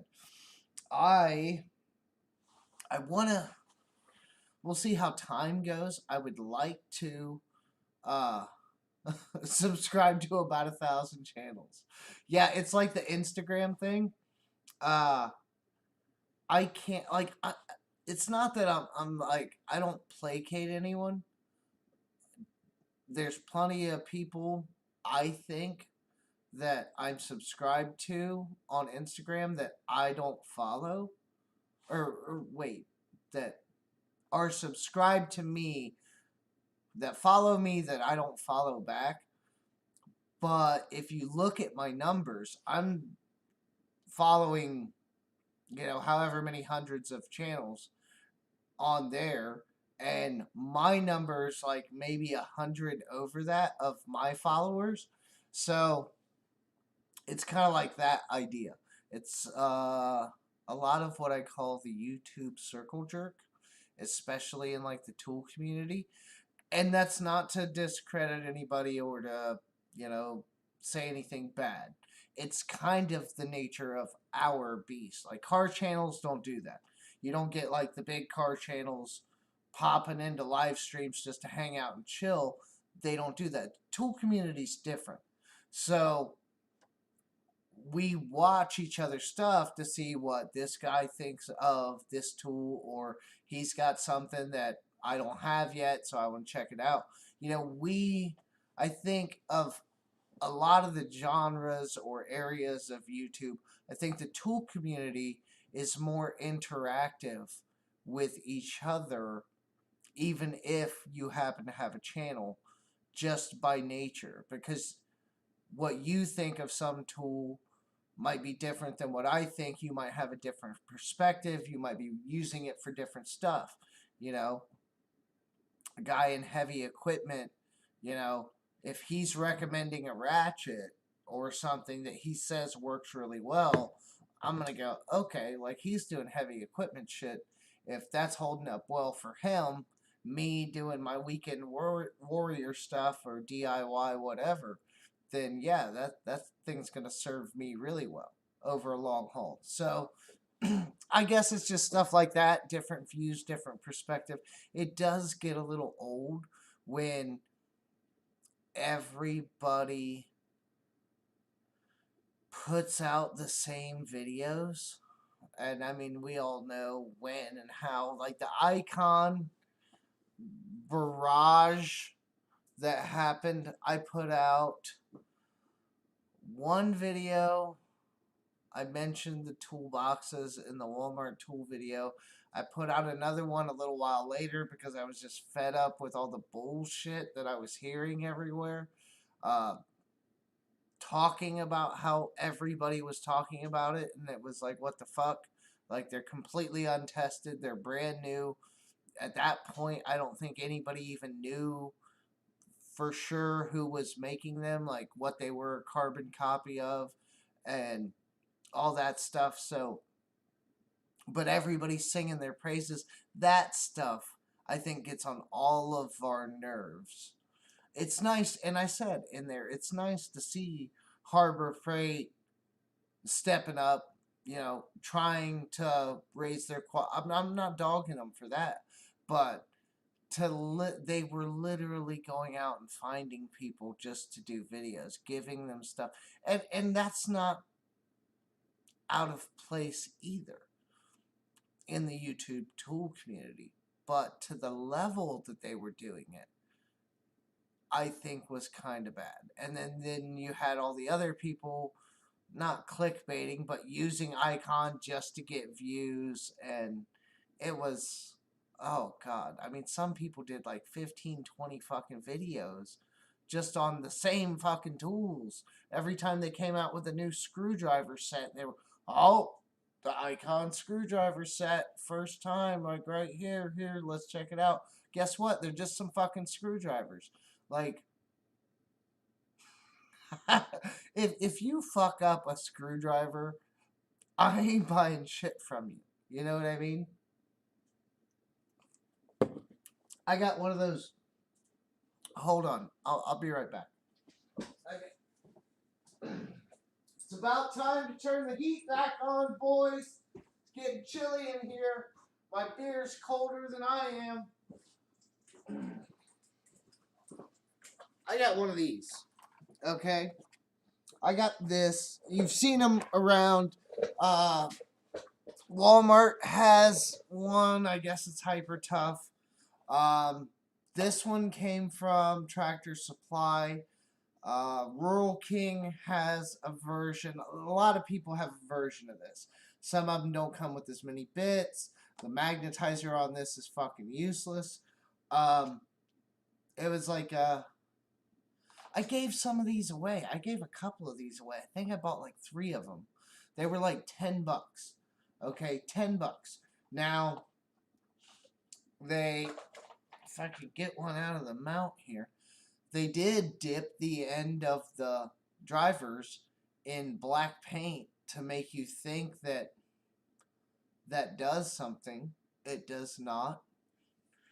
But I've had them. I've kept them out on my bench. I liked the case platform riser. What would you call this? Stand? I like the stand and the bit storage. So the bit storage like flips out and you can just pull out what you need. And they're actually spring loaded. So they flip back up like that. I kind of like because I hate bits, but we all have to use them sometimes. So it's got a pretty good set. You got precision screwdrivers in here, right? Some smaller Torx. You got a couple Torx. You got a Phillips, another Phillips, and then 3 flats. So 2 small Phillips, 3 Torx, 3 flats. You got your stubbies. They're not great, but they are that kind of like tri-handle, which seems to be a little more popular now. I guess people are kind of figuring out that it gives you a little more grip. The handles aren't the best fit and finish, but they've held up pretty well. But I've used them on all kinds of projects because we all know you use screwdrivers a lot. fasteners, cars. I mean, it doesn't matter what you're working on. You're going to need some screwdrivers. And these have held up okay. $10. You know, that it's, am I expecting them to look pretty and do, no. But do they function well? Have I like broke any tips or anything crazy? No. $10. You know, Job Smart. I think technically, I want to say it was a Job Smart packaging. So that's their, you know, in-house brand. And some of the paint's wearing off, you know, the ends of the tips. But they do just fine. The handles haven't snapped. I haven't broken any off. There's nothing wrong with them. They do the job just fine. So if you're fucking up screwdrivers, what are you doing? You know what I mean? This just goes to show you. I bet you probably can't hear a thing I'm saying. I would bet even a decent set of screwdrivers, right? Call it Craftsman, call it whatever. If you compared a equal feature screwdriver set, bolstered, demolition style, you know, whatever have you. If you compare most of those, they're gonna pretty much perform the same. So who is going out there buying the Snap-on screwdrivers or the Icon screwdrivers for so much money? Now, they're really cheap when you start getting into really cheap, which is amazing. I didn't expect that $10 set to hold up as well as it had, but it's held up pretty well. I've had no complaints with it. You know, that is what it is. But you go into like the really cheap stuff, then yeah, you're gonna like breaking them apart. But if you get like a half decent set, I don't see a problem with them. So who's going out there spending $300, $400, $500 on a Snap-on screwdriver set for fucking what purpose? It's got a lifetime warranty. A lot of these other companies do too. I do not, for the life of me, fucking understand that aspect of it. Like the Ratchets, I can kind of see it a little bit. A lot of companies don't do the comfort grip ratchets. It's becoming more popular. So I kind of get that. Guys have bigger hands. They want something bigger to hold on to. Yeah, I get some of those. But like this ratchet is probably going to serve me just as well as if it was a Snap-on ratchet. I do not know much about Powerbuilt's warranty, if there even is one, but the fit and finish of this thing is impressive. The features, I don't think Snap-on has like these slim heads. If they do, I've not seen them. That these have. You know, these other companies are attempting to maybe not necessarily innovate, you know, per se, but they're trying different things. I feel like companies like Gearwrench, like we talked about earlier, and Snap-on just kind of are riding their wave. And in case of Snap-on, everyone keeps saying the tool trucks are dying, the tool trucks are dying. Well, then fucking let them die and stop buying shit from them.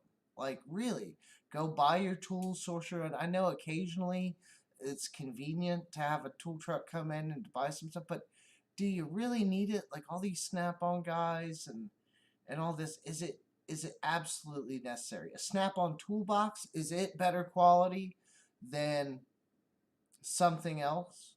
Like even like the Icon, which I don't think they're worth the money that they're charging for those either, but is a Snap-on box worth it? Yes. Is it worth it to finance at tool truck prices? No. Buy it used, buy it from some mechanic that got out of the game, buy it from someone who thought they wanted to be a mechanic and decided not to. They're all over Facebook Marketplace. They're all over everywhere. If you're paying retail for Snap-on, whatever that is, I don't know what the tool truck retail is. I'm sure it varies. Some guys give you a better deal, whatever. You get a free t-shirt, baseball hat, who fucking cares?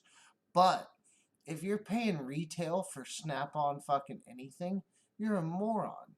That stuff's all over the internet and eBay and everywhere else, day in and day out, every time some tech quits. Or, something happens and he needs to liquidate his stuff to get cash. Literally, I could go on Facebook Marketplace right now, and if I had $2,000 to $3,000, buy a really nice Snap-on box that probably costs like 5 to 6, if not more, new.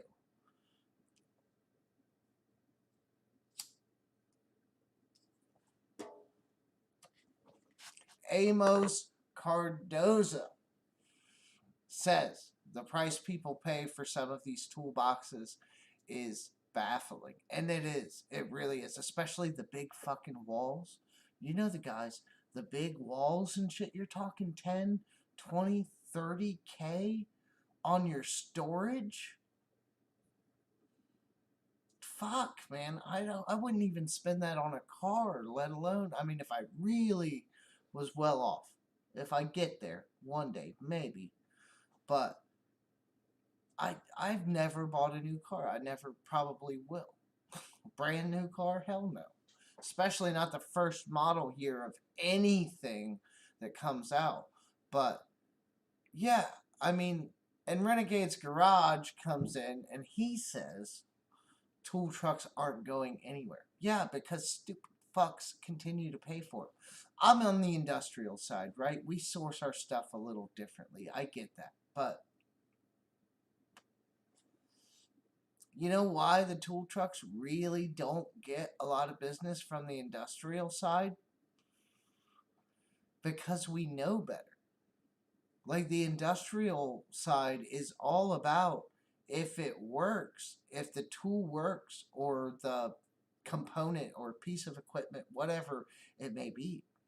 If it works, if it does the job, there's no glaring issues, and this one's 3/4 the price of that one, or even half, or so ever have you, why would you buy the more expensive?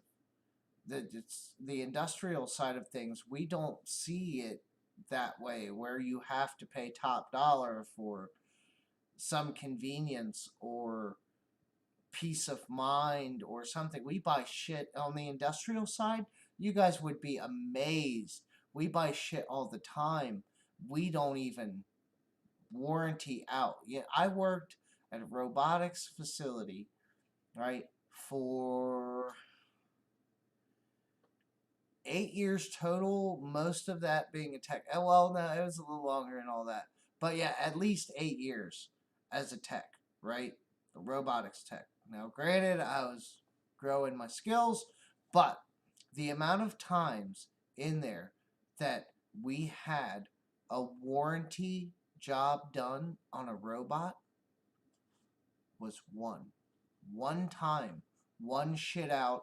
It was a brand new line. I mean, the robot wasn't even a couple months old, and something went bad in the harness. I was actually the one that helped the tech from the manufacturer change out the harness on the robot because they just wanted it done faster. Give them a set of hands, yada, yada, yada.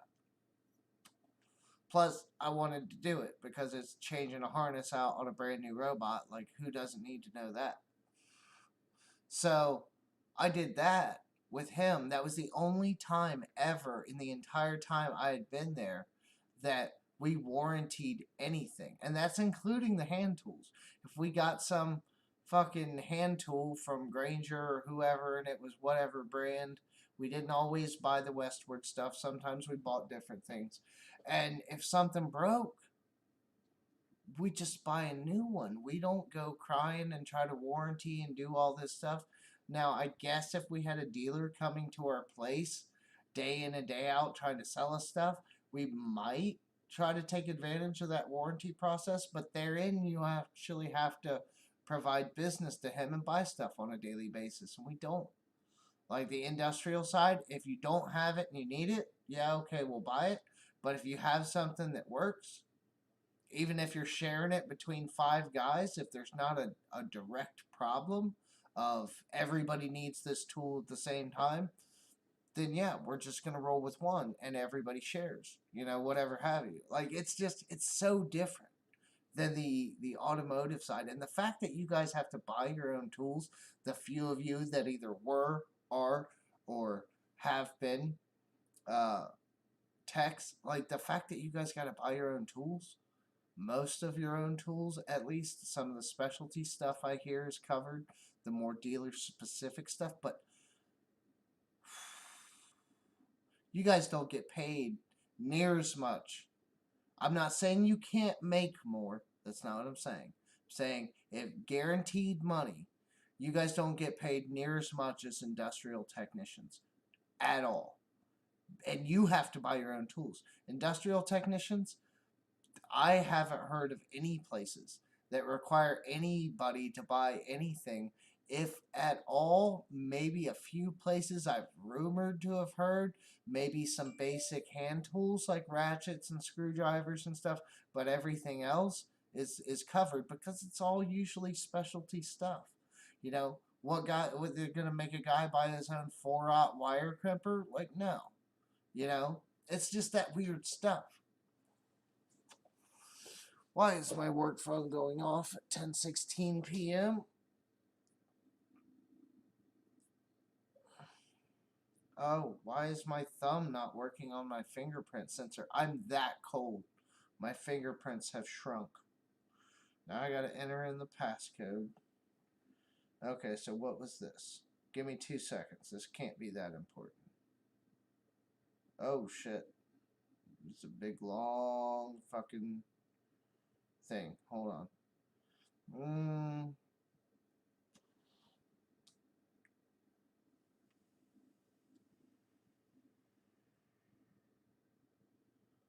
Da da da da. Amazon. Da da da. Da da da. Thank you. Da da da. Yeah. Okay. It's one of those. It's Thanksgiving. Everybody be happy and don't forget to put on your face mask.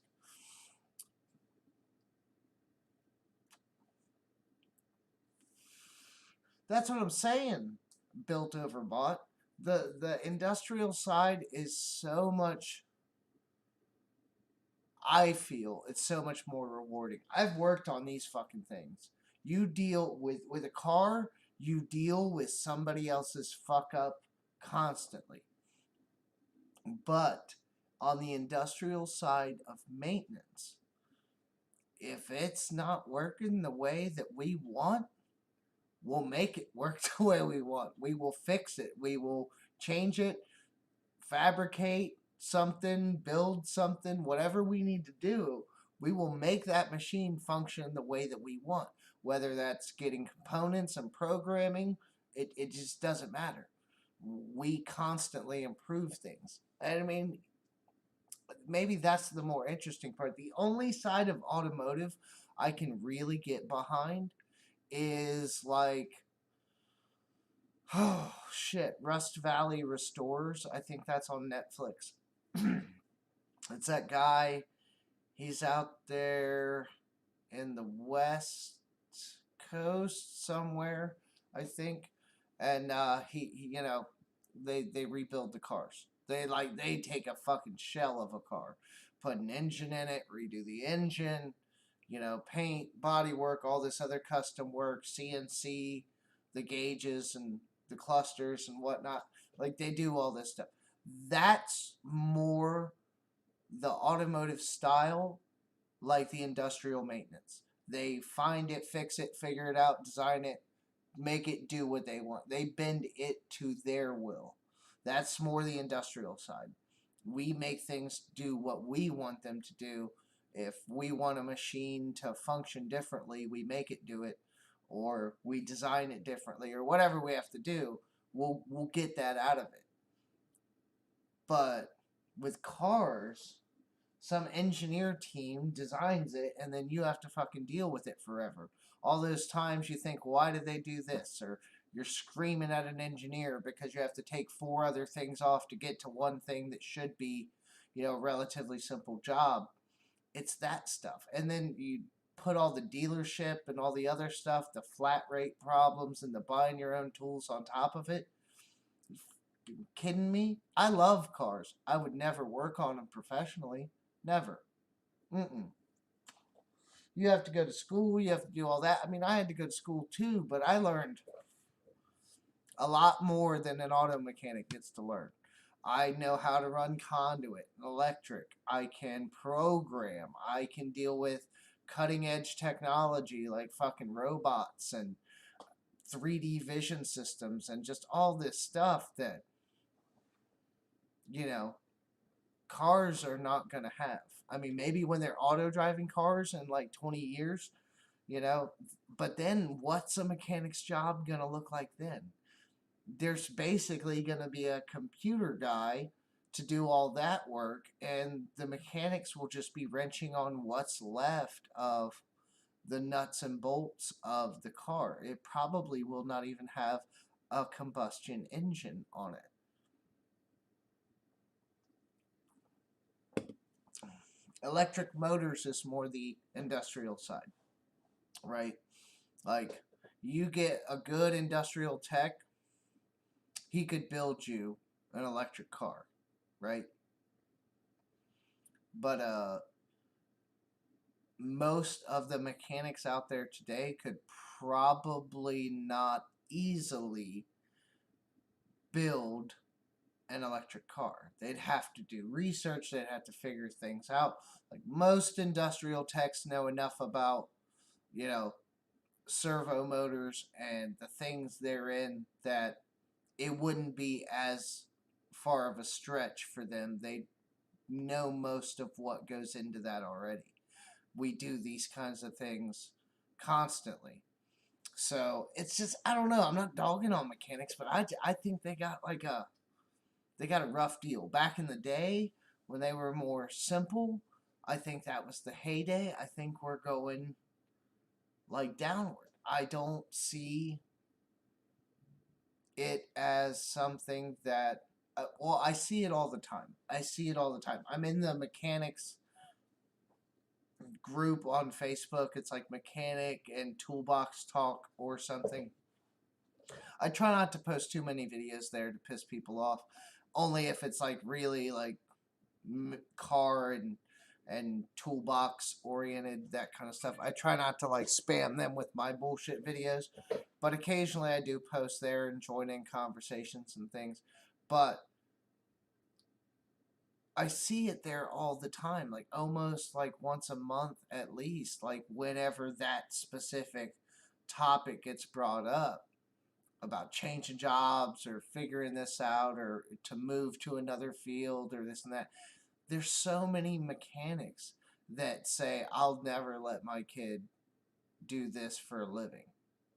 Like, that's like the number one thing that you hear mechanics say, or they tell the young guys, like, nah, like, unless you absolutely love cars and turning wrenches, and this is just like the bee's knees to you, and even if it is, a lot of them older guys will tell you 10, 15 years later, you're sick of it. Because of all the bullshit, I think. The politics, the spending your own money. You have to have this tool now. I mean, the techs that are out there now literally have watched the bastardization of the automobile. It used to be an engine, some stuff that made it work, a couple of gauges to tell you what was going on with the engine and the important systems, some seat belts, some sheet metal. That was it. Now it's computer controlled this, drive-by-wire, airbags fucking all over you, which I'm not talking shit about airbags, but they complicate things. You know, these audio systems that they're putting in. Granted, they're designed never to be changed out, right? Like, theoretically, you buy a new car, and assuming you don't blow the fuck out of the speakers, you're never going to have to replace them. That's how they design them now. But the wiring and stuff on them is nuts. Like, they run all the way to the trunk or somewhere else to an amplifier that's got fucking 40 wires in it just to power your speakers. I can do that with a $50 head unit and a spool of fucking 16 gauge wire. Like, you don't need all that. They overcomplicate it. There's heated mirrors, power mirrors. Now they got cameras on the side for when you try to switch lanes. If there's a car there, it's gonna pop up and show you a picture. There's a car there. Don't switch lanes. I mean, it just gets more and more complicated and gets harder and harder to work on. I think in the industrial side, when stuff gets harder and harder to work on, it's actually more of a challenge. And even if it is like a complete bitch, chances are, if it's that much of a bitch and it's something that you may have to get in and do repeatedly over a period of time, you will redesign it. Or you and a team or whoever will redesign it, fix that flaw, and come up with hopefully a better situation for that repair or whatever you have to do. With the cars, you don't have that option. Like I've heard the steering wheel assist stuff where the cars like do that self-parking stuff.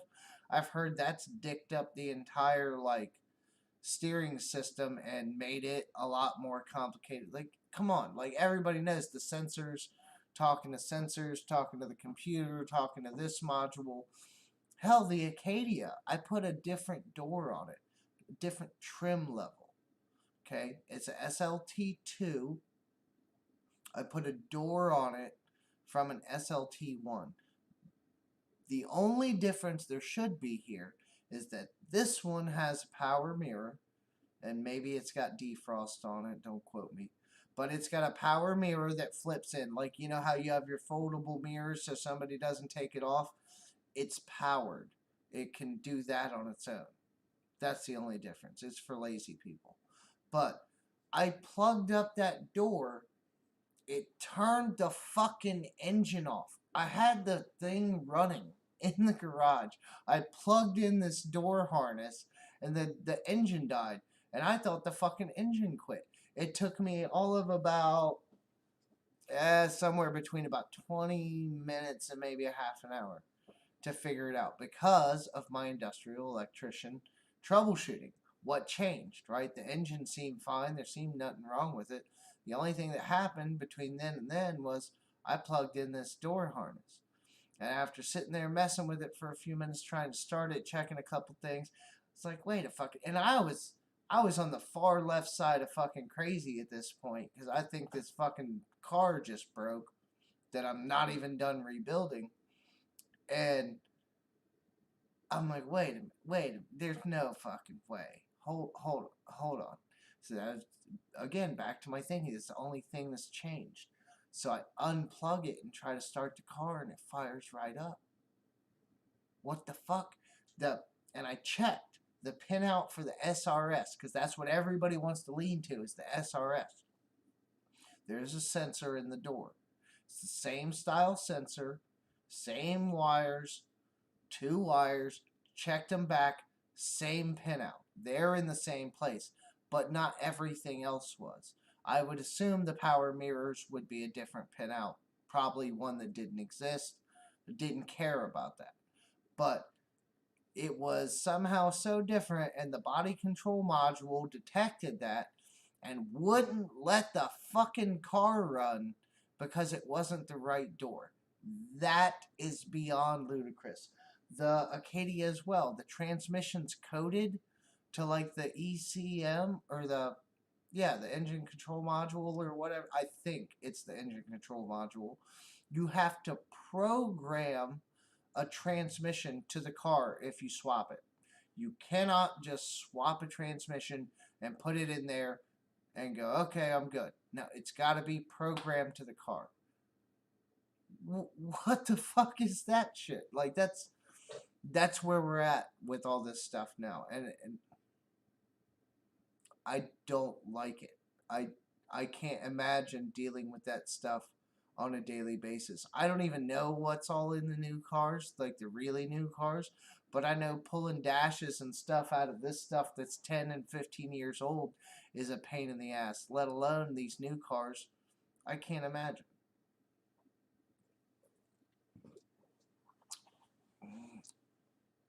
So now Renegade's Garage is paid by the job and not by the hour. That sounds good. Hopefully you're smart enough to make that work for you and not against you. Yoda Doug's been saying a lot of things, and I haven't really addressed all of them. I'm going to go back and check and see what he was talking about. People getting infections from wearing a mask are so dirty, it makes them sick. My governor wants people to call the cops on each other for not wearing a mask. Yeah, yeah. My governors were, I think we're still on a lockdown. I'm pretty sure. I think it was, wasn't it? Yeah, last week. So we're like 1 week into, not lockdown, curfew. Curfew between 10 and 5. I think it's 5 a.m. Something like that. I don't know because I don't care. If I leave, I'm going to work, and no one's going to pull me over. And if they do, guess where I'm going? Work. You know, who cares? But yeah, it is stupid. So then Doug says, I got permission from a guy to post a video who recorded a cop pulling out a taser on him for not wearing a mask and saying it didn't do anything. That's alarming. Bill Overbought, Mr. Robert, says, my last robotics job, I worked 3 days a week and made more than I make owning my own mechanic shop. Yeah, I mean, maybe, I don't know, this Amazon stuff is killing some of my expertise because it's so simple. So I'm not doing some of the higher level, I'm not doing any of the higher level work. I'm not going to lie to you. So yeah, that sucks. But, yeah, you can make a lot more money. I know a few guys that do like, I think they call it like consulting or contract work or whatever the, you know, and they barely work. They barely work, and they're still making more money than me. I mean, it's crazy. The auto techs, there's a lot of auto techs in the last 10 years that had come over. I know of a couple that had come over to the industrial side from automotive maintenance just because there wasn't any money in it. You know, and these were good established techs and da da da. Come over here, you don't have to buy your own tools, you get paid. You know, hopefully the company's decent, you have good benefits, whatever, you can move up. There's, you know, eventually management opportunities if that's where you want to go, or you know, you can just top out as a tech, work away into engineering. You become a good enough tech. The other guy that lives, you know, just yonder from me, I used to work with him. His daughter babysits my daughter, and he's a great guy, real smart. And I don't know what he used to do, but he was on like a different department, and they had stuff, but they didn't have like really at that time any real robots or anything to speak of. I'm not saying it was like a less than department, it was still specialized, but they didn't have any robots.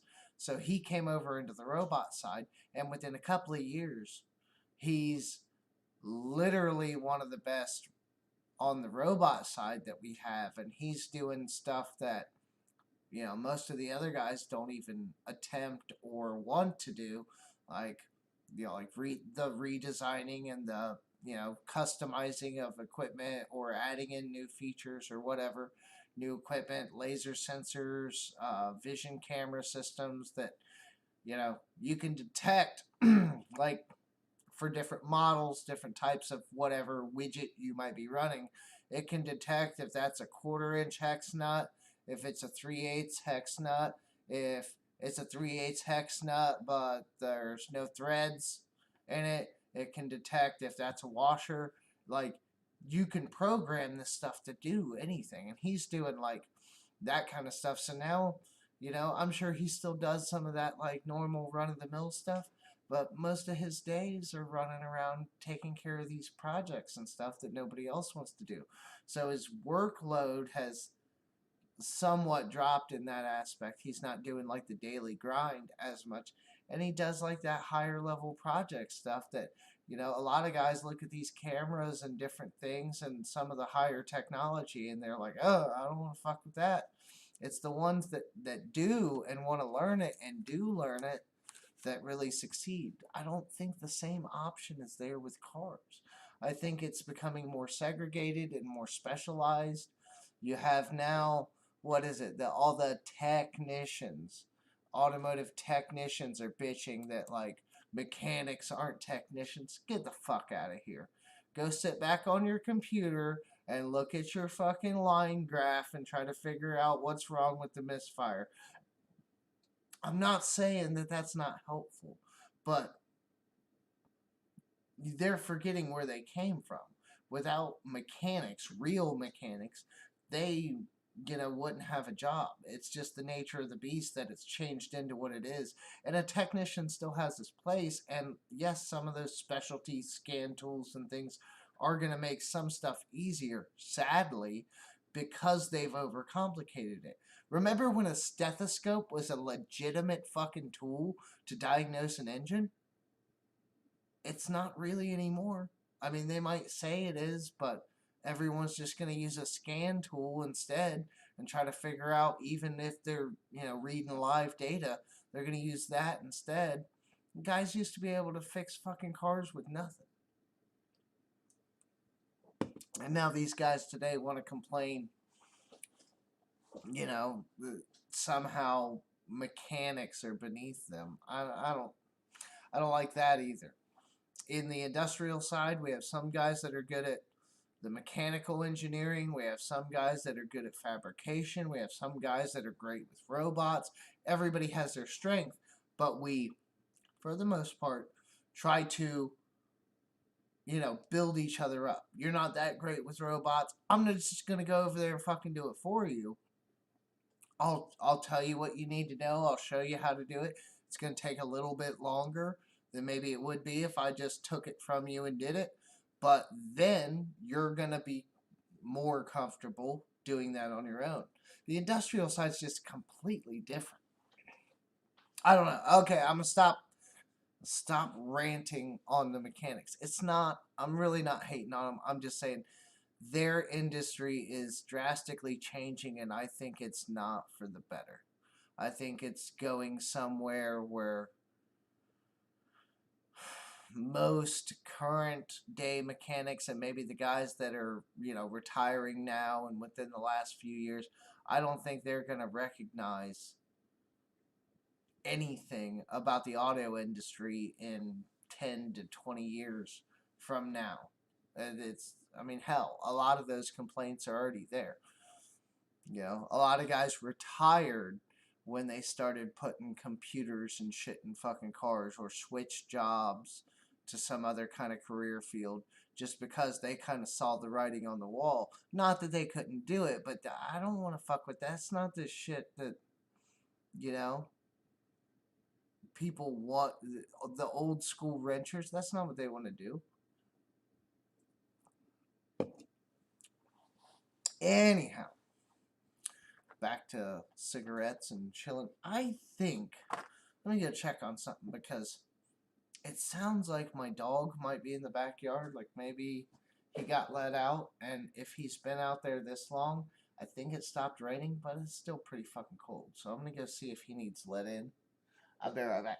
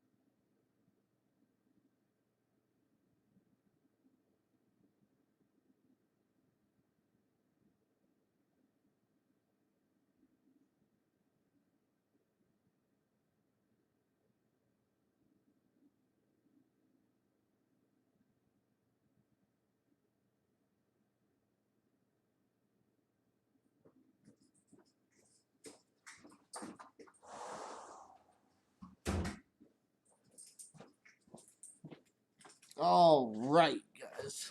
I am back. Sorry for the delay. My dog was outside, freezing his ass off, I'm sure.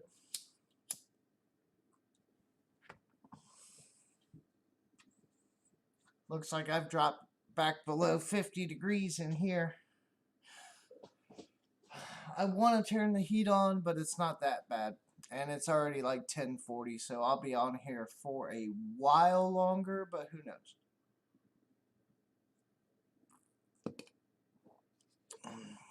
Okay. So let's see if I can catch some of my last few comments on my rant that was, lovely as it is. Yoda Doug says, my Prius set off a code and even the dealership couldn't figure it out. I know a real diagnostic guy could figure it out in 15 minutes. They were suggesting the head gasket was needing replaced, but the car is fine. It's some evap door thing that needs cleaned is what the issue is. See, yeah, and that's the thing. I think, okay, one of the main times that I started losing faith in mechanics, I had a and I've probably told this story before, but I had a 1996 Geo Metro. It's like the last body style. I think it ran up to like 2000 when they stopped making them. It was the 4-cylinder engine. Not that that's important here, but it was the biggest engine in a Geo Metro. Still fuel efficient, but you could get on the highway. You know what I'm saying? It had air conditioning. You felt it when you turned on the air conditioning when that compressor kicked. You felt the power drop, but it still did all right. I would turn off the air conditioning to get on the highway though, to get up to speed. But anyhow, so it was a fun little car. I liked it for it being a little piece of shit. I really did like that car. But the frame rotted out. That's what ended up killing it. And I could have fixed that, but it sat in my driveway. I never got to it. I was just like, all right, fuck it. I'm going to get rid of it. But I needed the radiator flushed, and I needed a wheel bearing. And I know what you're thinking. This is way before the channel. I was wrenching on stuff, but I wasn't. I had the money at the time. I just wanted somebody to do it. So I took it to one of the best shops in my area. An independent shop. Not a dealership, but one of the best independent, literally probably the best independent shop in my area. And when they brought it, or when they called me to come pick it up, they're like, yeah, well, we couldn't get the wheel bearing done. To which begs the question of why couldn't you put a wheel bearing on a Geo Metro? They claimed, in their infinite wisdom, that it was a rear wheel bearing. They claimed that they ordered the bearing, and it's the right part number for the wheel bearing, but it doesn't fit on the car. And so, because the quote-unquote right part didn't fit on the car, that somebody had obviously redone my rear and it wasn't stock. You guys have seen a Geo Metro. There is no other rear suspension that goes on a Geo Metro besides that of a fucking golf cart. It's no. There's not, nobody swapped that out. What the fuck are you talking about? It is what it is. You guys couldn't get the right part. And I was like, all right, so like order another part, like figure it out, right? No. Nope, they refused. They wouldn't do it. It doesn't fit. It's not right. There's something custom about it. We're not doing it. And this is the best shop. This is the one that gives you a loaner car, and they have an espresso machine, and they'll come pick you up, when you need a ride to come pick up your car. They do all that stuff, all those services. Best shop in town, best, all that service, yada, yada, yada. Couldn't replace a wheel bearing on a 1996 Geo Metro. That's when I started losing faith in mechanics. Because on the industrial side, to get back to my rant, like I need to, but on the industrial side, that's not a fucking option. You can't look at your boss or the senior maintenance manager or whoever, just go, oh, I can't figure it out, so nope, not doing it. No, it's your job to figure it out. It's your job to, if it is custom, figure it out. We got to order a custom bearing, get the, whatever. We'll go have it made, whatever it takes. I mean, there's so many jobs that I can think of that we did where you were literally in unprecedented territory trying to figure out what engineering a new piece. You got no print, you got no nothing. You got to either duplicate something that's in shards on the floor or come up with something that doesn't exist. I mean, I may not seem that smart. I still have 6 faithful watchers actually paying attention. I may not seem that smart.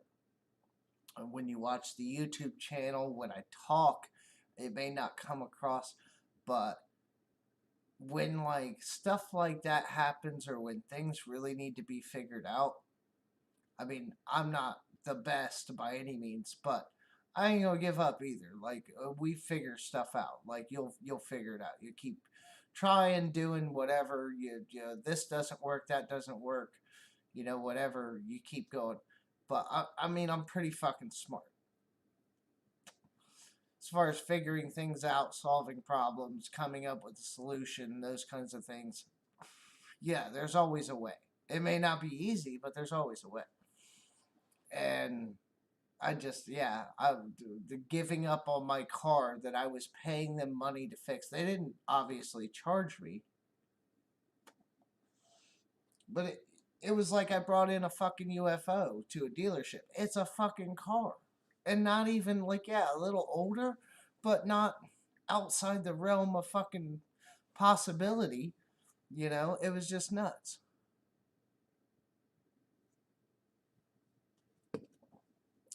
I'm not sure what you think we are paying attention.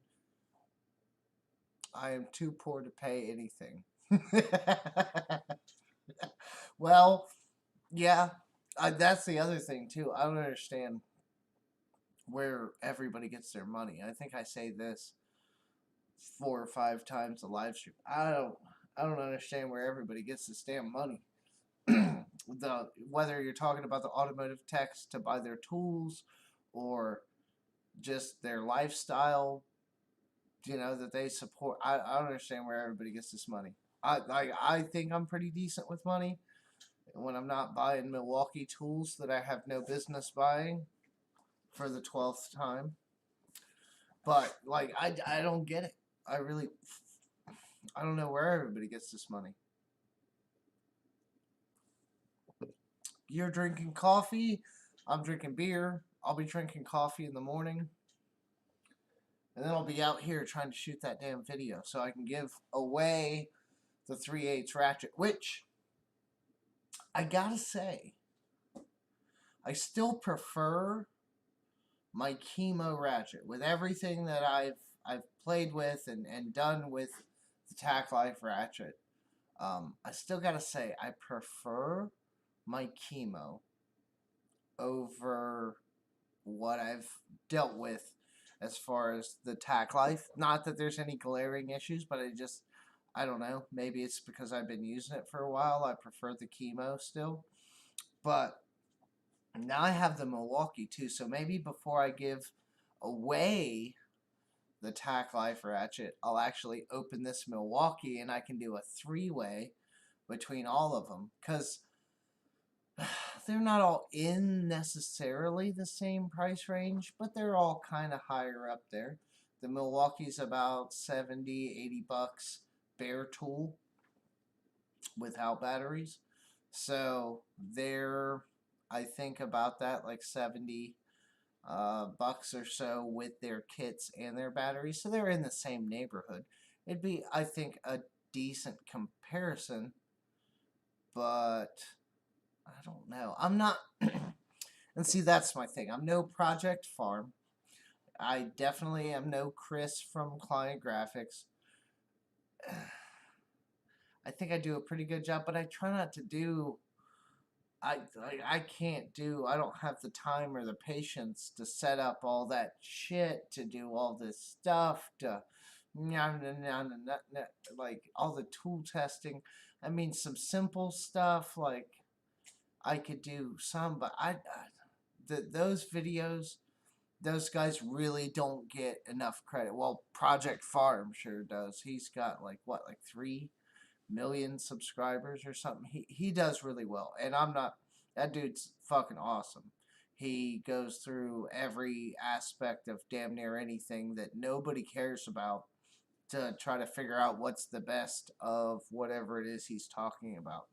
And he's pumping them out. He's doing real good. He actually just did a 3/8 ratchet video, electric ratchet video. And of course, according to him, Milwaukee got the top, but I didn't see like the AC Delco.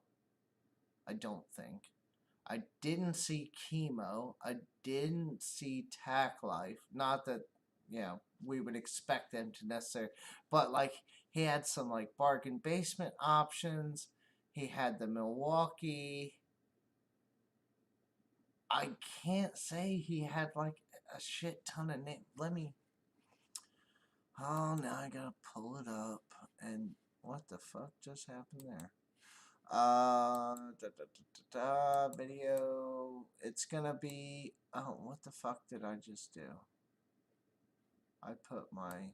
My computer's doing weird shit. Okay. My mouse pad sucks, basically. I need a mouse pad, but I'll figure that out. So, 3/8 elect ratchet. Boom. It's going to be in here somewhere. Oh, look at that. If you type in, hold on, I got to switch this over so you guys can see how awesome I fucking am. If you transition, if you type in, come back up. If you type in 3/8 electric ratchet, I am the #1 video with my Chemo. I am surprised and also not so surprised. There's Brad's workbench with the Pro Stormer electric ratchet. That's a good video. You should check that out. Where's the fucking Project Farm? He just did it. He's not in the top. How is he not in the top of this list? He should be like right. What the fuck? Maybe I should put review. Ratchet review. Well, this probably isn't going to change shit. Nope, not really. Nope. Okay, I guess we're just going Project Farm. What the fuck? This is the worst Wednesday live stream ever. Project Farm. Where's it at? Where's it at? Oh, don't start playing some stuff. No. I'm going to get copyright claimed by a guy who makes way more money than me. Okay, here it is. Best 3/8. Oh, stop talking. Okay, so what's he got here? He's got, okay, that's it. He's got, okay, so he hit Brad's workbench in the kneecaps. He's got the Pro Stormer, which is the representing the cheap version that, according to Brad, is the cheapest one on Amazon, or at least at the time that Brad did his video. You got the Makita, but does the Makita take at 20 volt where the other ones are 12? I don't know. I've watched this video, but I can't remember if it's one of those, like, you know, the Cobalt style. Cobalt has one, Ryobi has one. Dude, the ones with the batteries, the big giant fucking regular drill batteries and shit on the back of them, you might as well not have an electric ratchet at that point. 12 volt or go home. Because at that point, you're too big to be useful.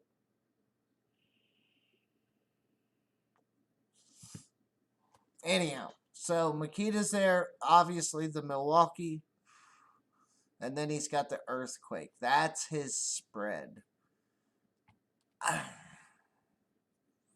It's not a bad spread on this one, but I think he could have included some others. I would have liked to see the AC Delco. I think they're underrated.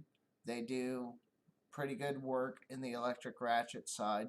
Um, he doesn't, I mean, again, I don't know what his abilities are as far as sourcing and whatnot, but he doesn't have a snap-on either. I would have expected to see a snap-on in here to really, because, I mean, come on, like, that would be the whole thing, right? The snap-on versus Milwaukee.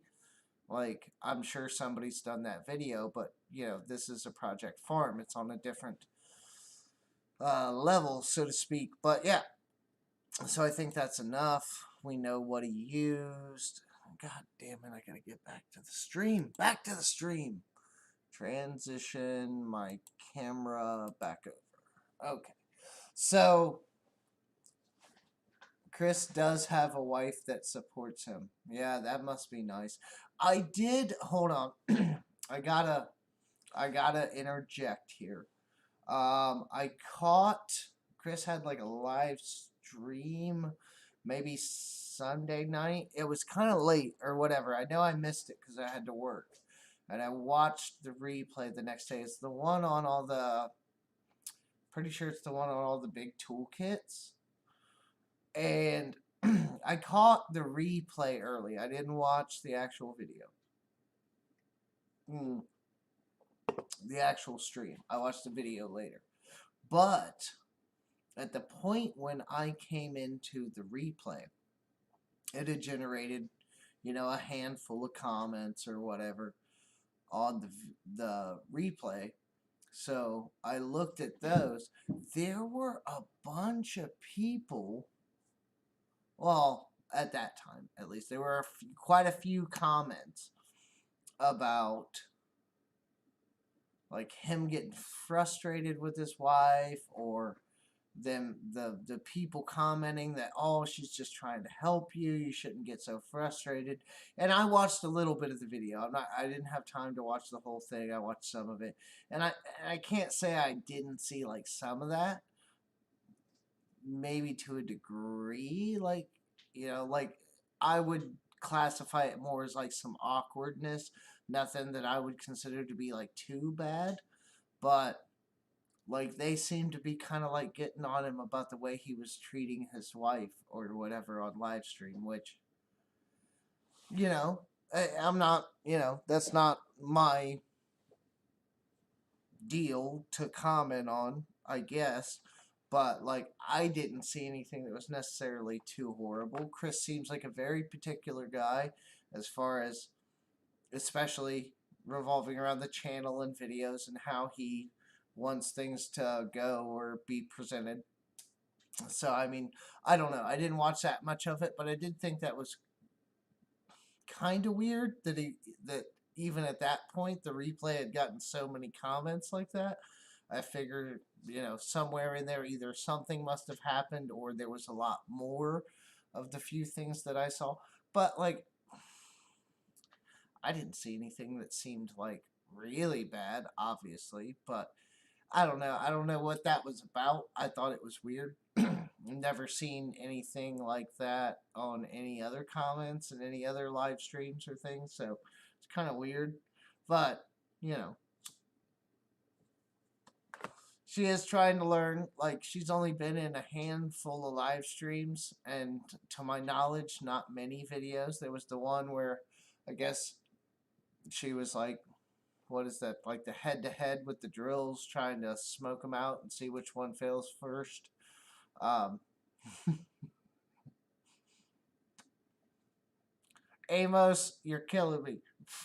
I was able to clean and sharpen 3 saws. This is the best Wednesday stream ever. Well, I hope so. Somehow that this is entertaining. It's like hanging out with friends, except you guys don't get to talk.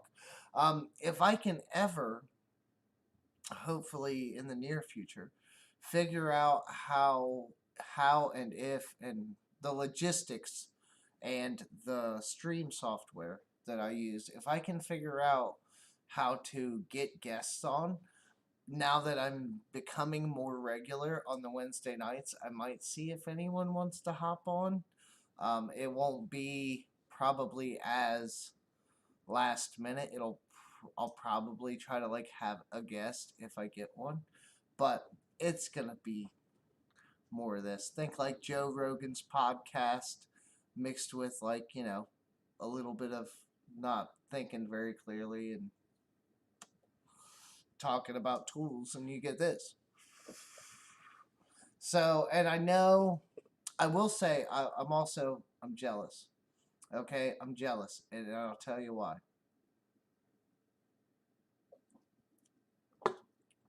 Because the only one that has specifically ever invited me to their live stream was Tools and Trash. And he hasn't really been live streaming at all in a while that I can recollect. So it was something that it seemed like he was trying to do a little early on. And they are time consuming, or at least mine are. But that's just me hanging out here with y'all. So there's nothing bad there. But I was on his probably over a year ago. And it seemed pretty good. We had a good banter. Everything was fine there. Good live stream. I think. Why do I think? I thought we gave something away. I don't know. Can't remember. But yeah, it was a good stream. But that's the only other stream on another channel that I've been on. Maybe because of all of this, the way that I just kind of go off on tangents and this and that. I didn't over talk him too much. He still got to talk. I wasn't like that bad of a guest, I guess. But I haven't been on anybody else's live streams other than that, and I haven't had guests on my live stream, probably because of the software thing. I got to figure all this out first. But yeah, I see like the maintenance man and Brad and fuck, who else is in there? Maintenance man, Brad, Dan McKevitt, right there. Just commenting, and then who else was it? Yeah, I see all these bro streams, and I'm like, well, shit, that looks nice. Like, I watch them, but like, I'm hardly ever a part of it. But who else is it that's gonna fuck with me? It's Brad, it's Dan, the maintenance man. This last one, who? Oh, it was Junk. It was Junk from work because it was on his channel. Yeah, fucking hell. Like, yeah, I see that shit, and I'm not gonna lie. I'll be truthful with you guys. I get jealous. I'm like, what the fuck? That looks like fun. Or I'll be sitting there watching, and I'll want to join into the conversation, but my dumb ass has to, like, type in chat what I can try to type. And then by the time I get that out, they're on to another topic, and if anybody does acknowledge it, they're like, what the fuck is he talking about? Oh, he's talking about, like, 15 minutes ago. Yeah, we're not going back to that. Keep it rolling. So, I mean, I see that stuff, and I know them guys, like, get stuff together, and I doubt my schedule would even necessarily allow that to happen easily. But I see that stuff, and I'm like, oh, that sucks. It looks like they have their little, like, thing all together. It's like the cool kids table at lunch. You can look at them. You might overhear what they're saying, but you don't get to sit there. It's for the cool kids. So, yeah, maybe I'll try to remedy some of that and get some, yeah, no, actually, Dan, I think you watch the chat more than they do. when you have a couple of people on like that. I think you do. And I will say, Dan, I know your channel's doing what you do and you get stuff out when you can, and I do try to get over there and watch. But I gotta say, man, I like seeing you on the lives. I like your demeanor. I like how you talk when you do seem to chime in on whatever conversational topic they have. It's informative. Like, you have something to add. It's good, man. I like seeing you on there. You should, make whatever attempt you can to do that kind of stuff more often. It is nice. I like seeing you around. Tom! Tom with a. How the hell did you get the slash through the. Oh, that's interesting. It is going good, I guess, for Wednesday before Thanksgiving. I'm going to get a day off this week. One day, few hours, so I am having my beers, hanging out with you guys, talking tools and other bull and crap about mechanics and trash about electric cars and all that stuff. Is somebody in the chat, there's still a couple of you in here, did anybody win the presidency yet? Like, what the fuck is going on with that? I keep seeing Biden, and then I heard the other day that Trump had agreed to transition or something. So basically, what I think I'm hearing is that Trump lost. That's just, anybody got a short update on that? You want to get into mechanics and you literally know nothing. How do you start? I would say, as per my earlier conversation, it depends, man. You got to look at the future of the industry and see if that's the kind of stuff you want to do. It's getting more and more electronic. It's getting more and more computer based. Not to, dissuade you, but it's a real consideration to make. So I'm not saying there's less wrenching, but it's not working on hot rods anymore. It's not working on big V8s. It's not doing all that. So there's that. If you like fixing stuff and you're technically inclined, you might want to look into industrial maintenance, whatever field that might be. I mean, it could be HVAC, it could be, robotics, it could be anything, literally automation, programming. I would, if you're going to look into it and you're thinking about jumping into something in mechanics in general, I would at least put hard consideration into industrial maintenance or automation, because that's going to be the wave of the future, right? Well, I mean, it already is the wave of the future. Everything's going to robotics and automation. There's a lot of high technology, so it's interesting. That's where I built my skills and learned what I know now.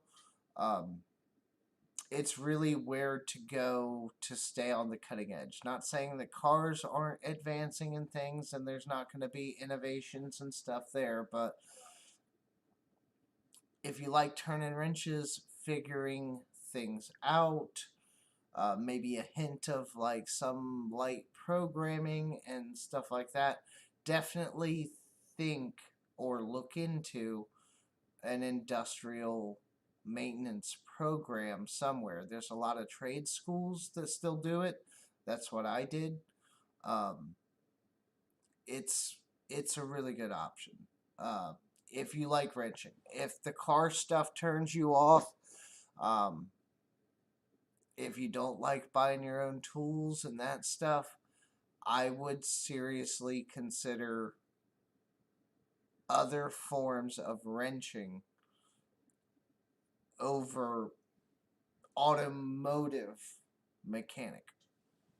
I would definitely look into that, because at least consider it. Look at it, kind of maybe poke your head around a bit and see what you think of it, because the industrial automation is, I mean, come on, quite literally, you build the car.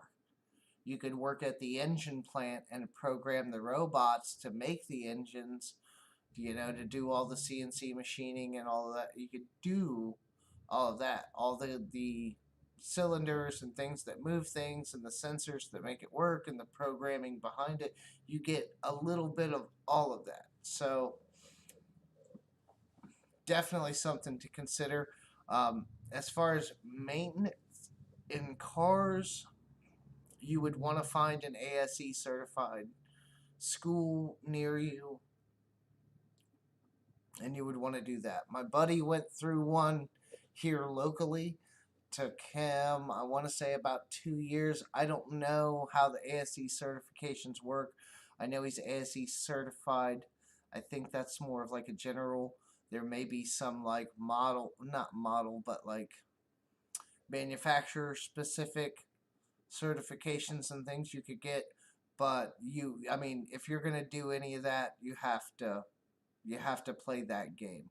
In industrial, you can still be specialized. You can specialize in programming. You can specialize in the mechanical engineering side of things. You can specialize in damn near any aspect of the industrial maintenance. HVAC, you know, the robotics side of things. You could be a robotics specialist. Hell, you could be the guy that comes out for the manufacturer and fixes the robots. Those guys exist. Think about it. There can be a lot more travel in your industrial maintenance depending on where you're at and what you're doing. Definitely, I gotta say, there's definitely a lot more options. And it's a lot easier to go from one company in industrial maintenance to another, as opposed to working at a dealership and then moving to another dealership that maybe works on a different manufacturer vehicle predominantly, and then you kind of got to like relearn a little bit. There's always a little bit of relearning, but it's a lot less in the industrial side because it's a lot of general knowledge. So I would, if you want my advice, I would at least look into the industrial side of things, see if anything piques your interest, and then go from there. Because I mean, literally, we're building whatever the world's gonna be in 10 to 20 years, where cars are still trying to figure out how to get rid of their gas engines. The battery technology is not there yet. It's probably going to get there in the next 15 to 20 years, but I don't know what a car is going to look like at that point. And a lot of the current mechanics, as I said earlier, are saying they would not want their kids to go into the same field for various reasons, and I'm sure some of them are different, but it's not what it used to be. It's not bearing grease and wrenches and getting dirty and da da da. There's not the figuring it out that there used to be. I hear some automotive mechanics say that like they get to diagnose a bit, but a lot of times when they get something, like the service writer pretty much says, okay, so we're pretty sure this is what's wrong with the car, so this is the job that we're giving you. That doesn't mean you're not going to find something else. That doesn't mean that that's necessarily going to be it. While they get most of the diagnostics, like I've heard that some of that is being separate to some degree in some places. So you might not be the guy that diagnosed it. That guy over there might have scanned it and checked some things and said, okay, I think it's got an evap leak somewhere, da da da. And that might not even be the problem. So it's check into it. Do a lot of checking, especially if you're young and this is something that you're thinking about. Consider all your options, consider them wisely. Just like IT, man. I mean, if you want to stay clean, You want to be in an air-conditioned office, hopefully most of the time. You like working with computers. IT might be your thing. It just depends on what you personally go for. And don't go for the thing that you love. Don't do that. Don't ruin the thing that you love. It's very rare for someone to take a passion like that, try to turn it into a profession, and not at some point start resenting it or losing that feel and that interest. If there's something you're really passionate about that you like, I'm not saying that it's impossible, but you got to work harder, or you have to excel to a certain level for that to still be that cool thing that you do. Most mechanics will tell you they became disenfranchised with it within like 5 to 10 years. And then a lot of them go on Facebook, join the mechanics tool talk, or sorry, mechanic tool, no, mechanic and toolbox talk. Mechanic and toolbox talk. It's a Facebook group. There's a shit ton of mechanics in there, and a lot of them will tell you that they became disenfranchised, 5, 10 years in, and some of them are trying to figure out a way out. Some of them are trying to figure out how to, get out of the industry and transition into something else. A lot of them say that thing that I said earlier, where they don't want their kids doing what they do, or that they would tell a young person like yourself looking to get into it not to. I mean, there's a lot of that in the automotive field, so that's got to say something.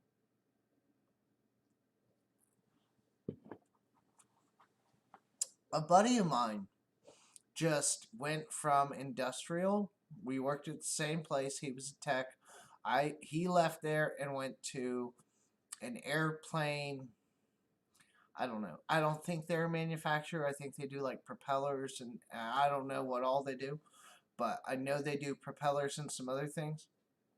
But he became a service tech in the hangar. Like, so he works on the planes. It's not like commercial airliner kind of thing where I'm sure like who is it? Everyday Fleet Tech, isn't he? Aviation. It's not like that where it's like all these extra certifications and things and necessarily all that, but he got in there. And so he works on these planes and things. When they come in, they say it needs this or that or whatever. So he does that. He's really happy with that. Apparently, he makes good enough money. I left where we worked together, and I went to Amazon. So now I am the head of maintenance in my building. Kind of regionally, I'm someone of importance. I'm trying to see if I can transition that into something, but at the moment, there's nothing in my area that's open to kind of move up to. So for the moment, I'm kind of at where I'm at.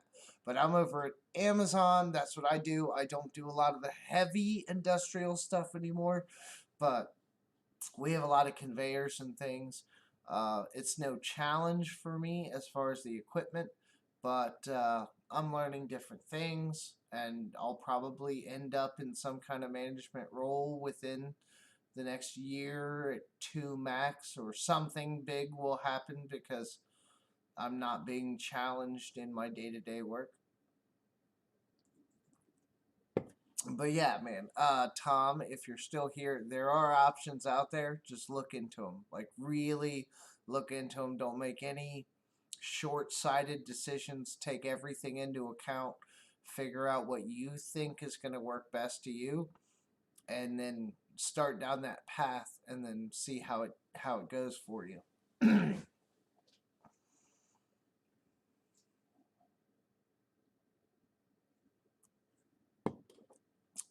A lot of jobs will be automated in a decade or two. I have a suspicion that most of these Amazon sites will eventually 5-10 years tops be automated.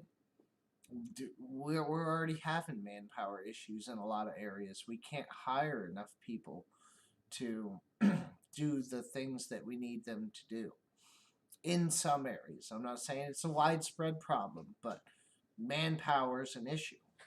So what happens in the current day and age where manpower starts becoming an issue is you fix the issue, which is to automate. So I would imagine Amazon's going to automate in the next like 5 to 10 years, and I doubt I'll still be at the facility level, hopefully at that time. But if I am, I would expect to see much less people inside the building. Would probably be management, a few other people doing some other tasks, and all of the conveyors and the sorting and all that. I mean, it could be automated right now. It literally could be, but the amount of time that takes to set up doesn't meet with how we're expanding. We're expanding so fast, so very, very fast.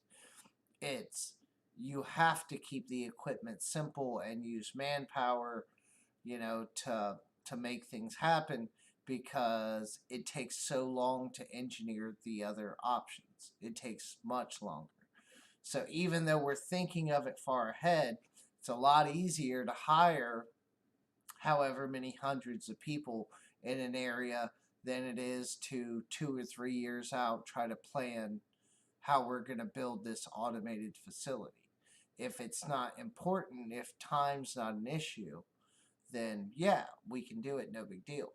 But if you want this place up and running like lickety split, you got to keep it simple and hire people to do the tasks that you need them to do. That's going to keep your equipment more simple, which is going to make it more reliable, which is the other thing that we want. So it's weird working for Amazon. I never would have thought, like, even years and years ago when Amazon was kind of getting big but still wasn't doing, near what they're doing now. If you'd have told me I'd be over at Amazon doing that stuff, I wouldn't have believed you. So Yoda Doug says, I had a mundane job where the company I worked for took a contract for like 3 weeks where I'd commute a total of 4.5 hours and open up new Xbox 360s, then insert video game downloads for COD. Left out when they packaged them and the retailer had a special holiday promo with the games included. Oh, okay. So you were okay. So the game was supposed to be already on the Xbox, is basically what I'm hearing there. I think. And it was your job to basically load the game onto the Xbox.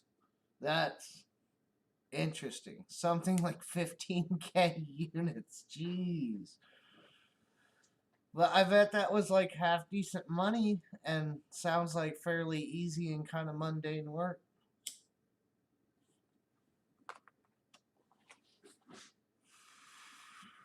I remember work before phones.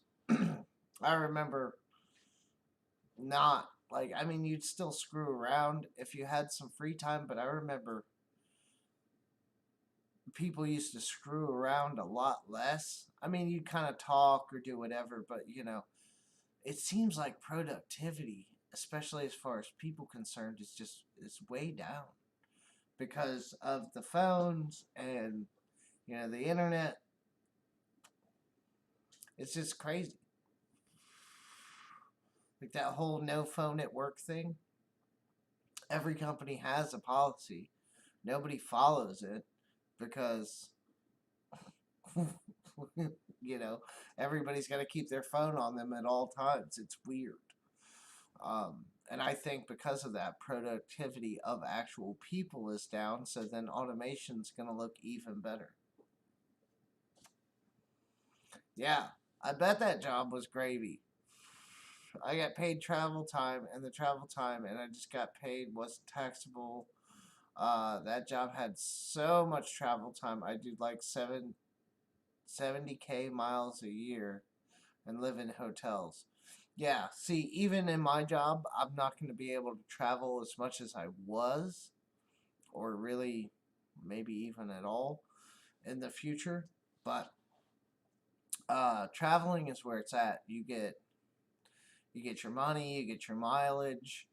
There's a lot of benefits to traveling. It's like it's actually, if you can not splurge all the money that you get for traveling, you can actually make like a decent amount, especially if like you're living moderately while you're on the road, not eating out $20 meals every time you go somewhere. You can come out ahead real easy. My last company, when you had a trip, when I went to Mexico the first time, and I think the second time, I mean, I wasn't really trying to like bank off the trip, so to speak, so I could have been more frugal, but I was more concerned with like seeing everything I could and experiencing it. So I didn't worry too much about money, but I could have banked. And I know other people, there were some people that did like slightly longer trips to like Japan and things that came back with thousands of dollars extra, from their travels. So traveling can be very lucrative. Just depends on how you're set up. Some of the jobs that they put traveling into, as a part of the job, is not nearly as lucrative as traveling, you know, in other instances. So that's definitely something to watch out for.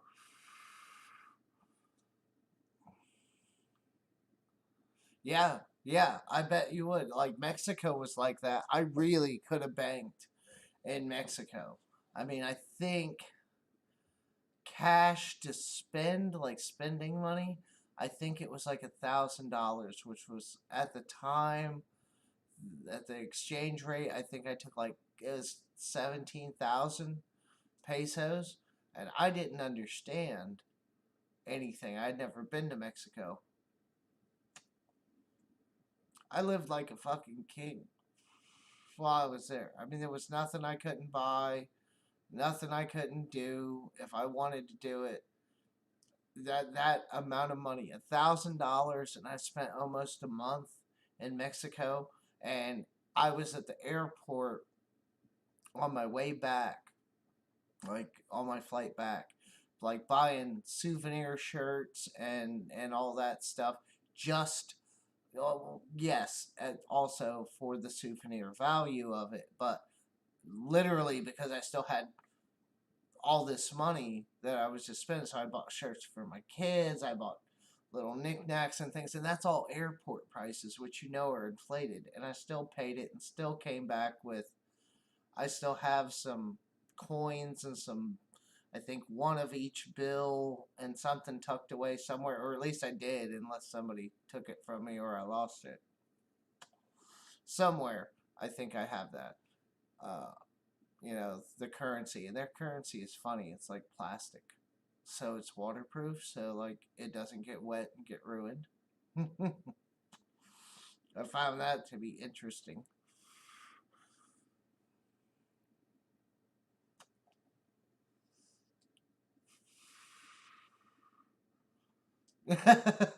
My son recently bought me a truck from his boss. It only has 310K thousand miles on it. Is it a diesel? Because if it's diesel, then that's normal. But if it's a gas engine, that's rough. I sold my truck, my Sonoma, that some or all of you may have seen me paint on the channel about a year and a half ago. And I sold that finally. And it had 260, over a quarter million miles, 260 something. Still one of the best running vehicles I had. Most reliable, I will say that. Started up all the time. no problems. I'd drive that thing fucking anywhere. Never left me on the side of the road. Alright, guys. Well, I have one more beer out here with me, but somehow I've been slacking tonight. I'm only halfway through my third.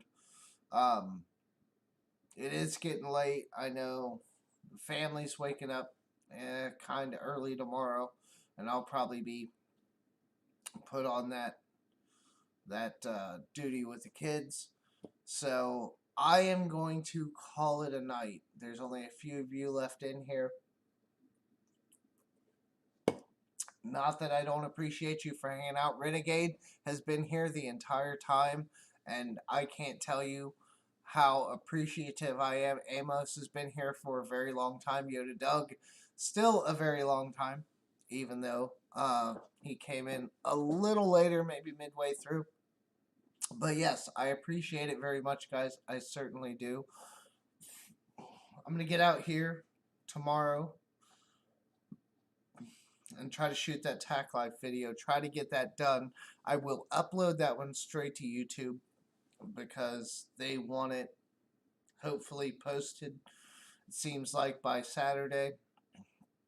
So I will try to get that shot and edited and up. So you will have something on Thanksgiving after your turkey feast to watch and consider. But other than that, I will see you guys next Wednesday for sure. And yeah, I'm going to go enjoy my day off. So I thank you guys for watching. I really appreciate it. And I will see you guys later. Happy Thanksgiving. Be safe. Eat lots of food. Don't let the family get to you. All that stuff. And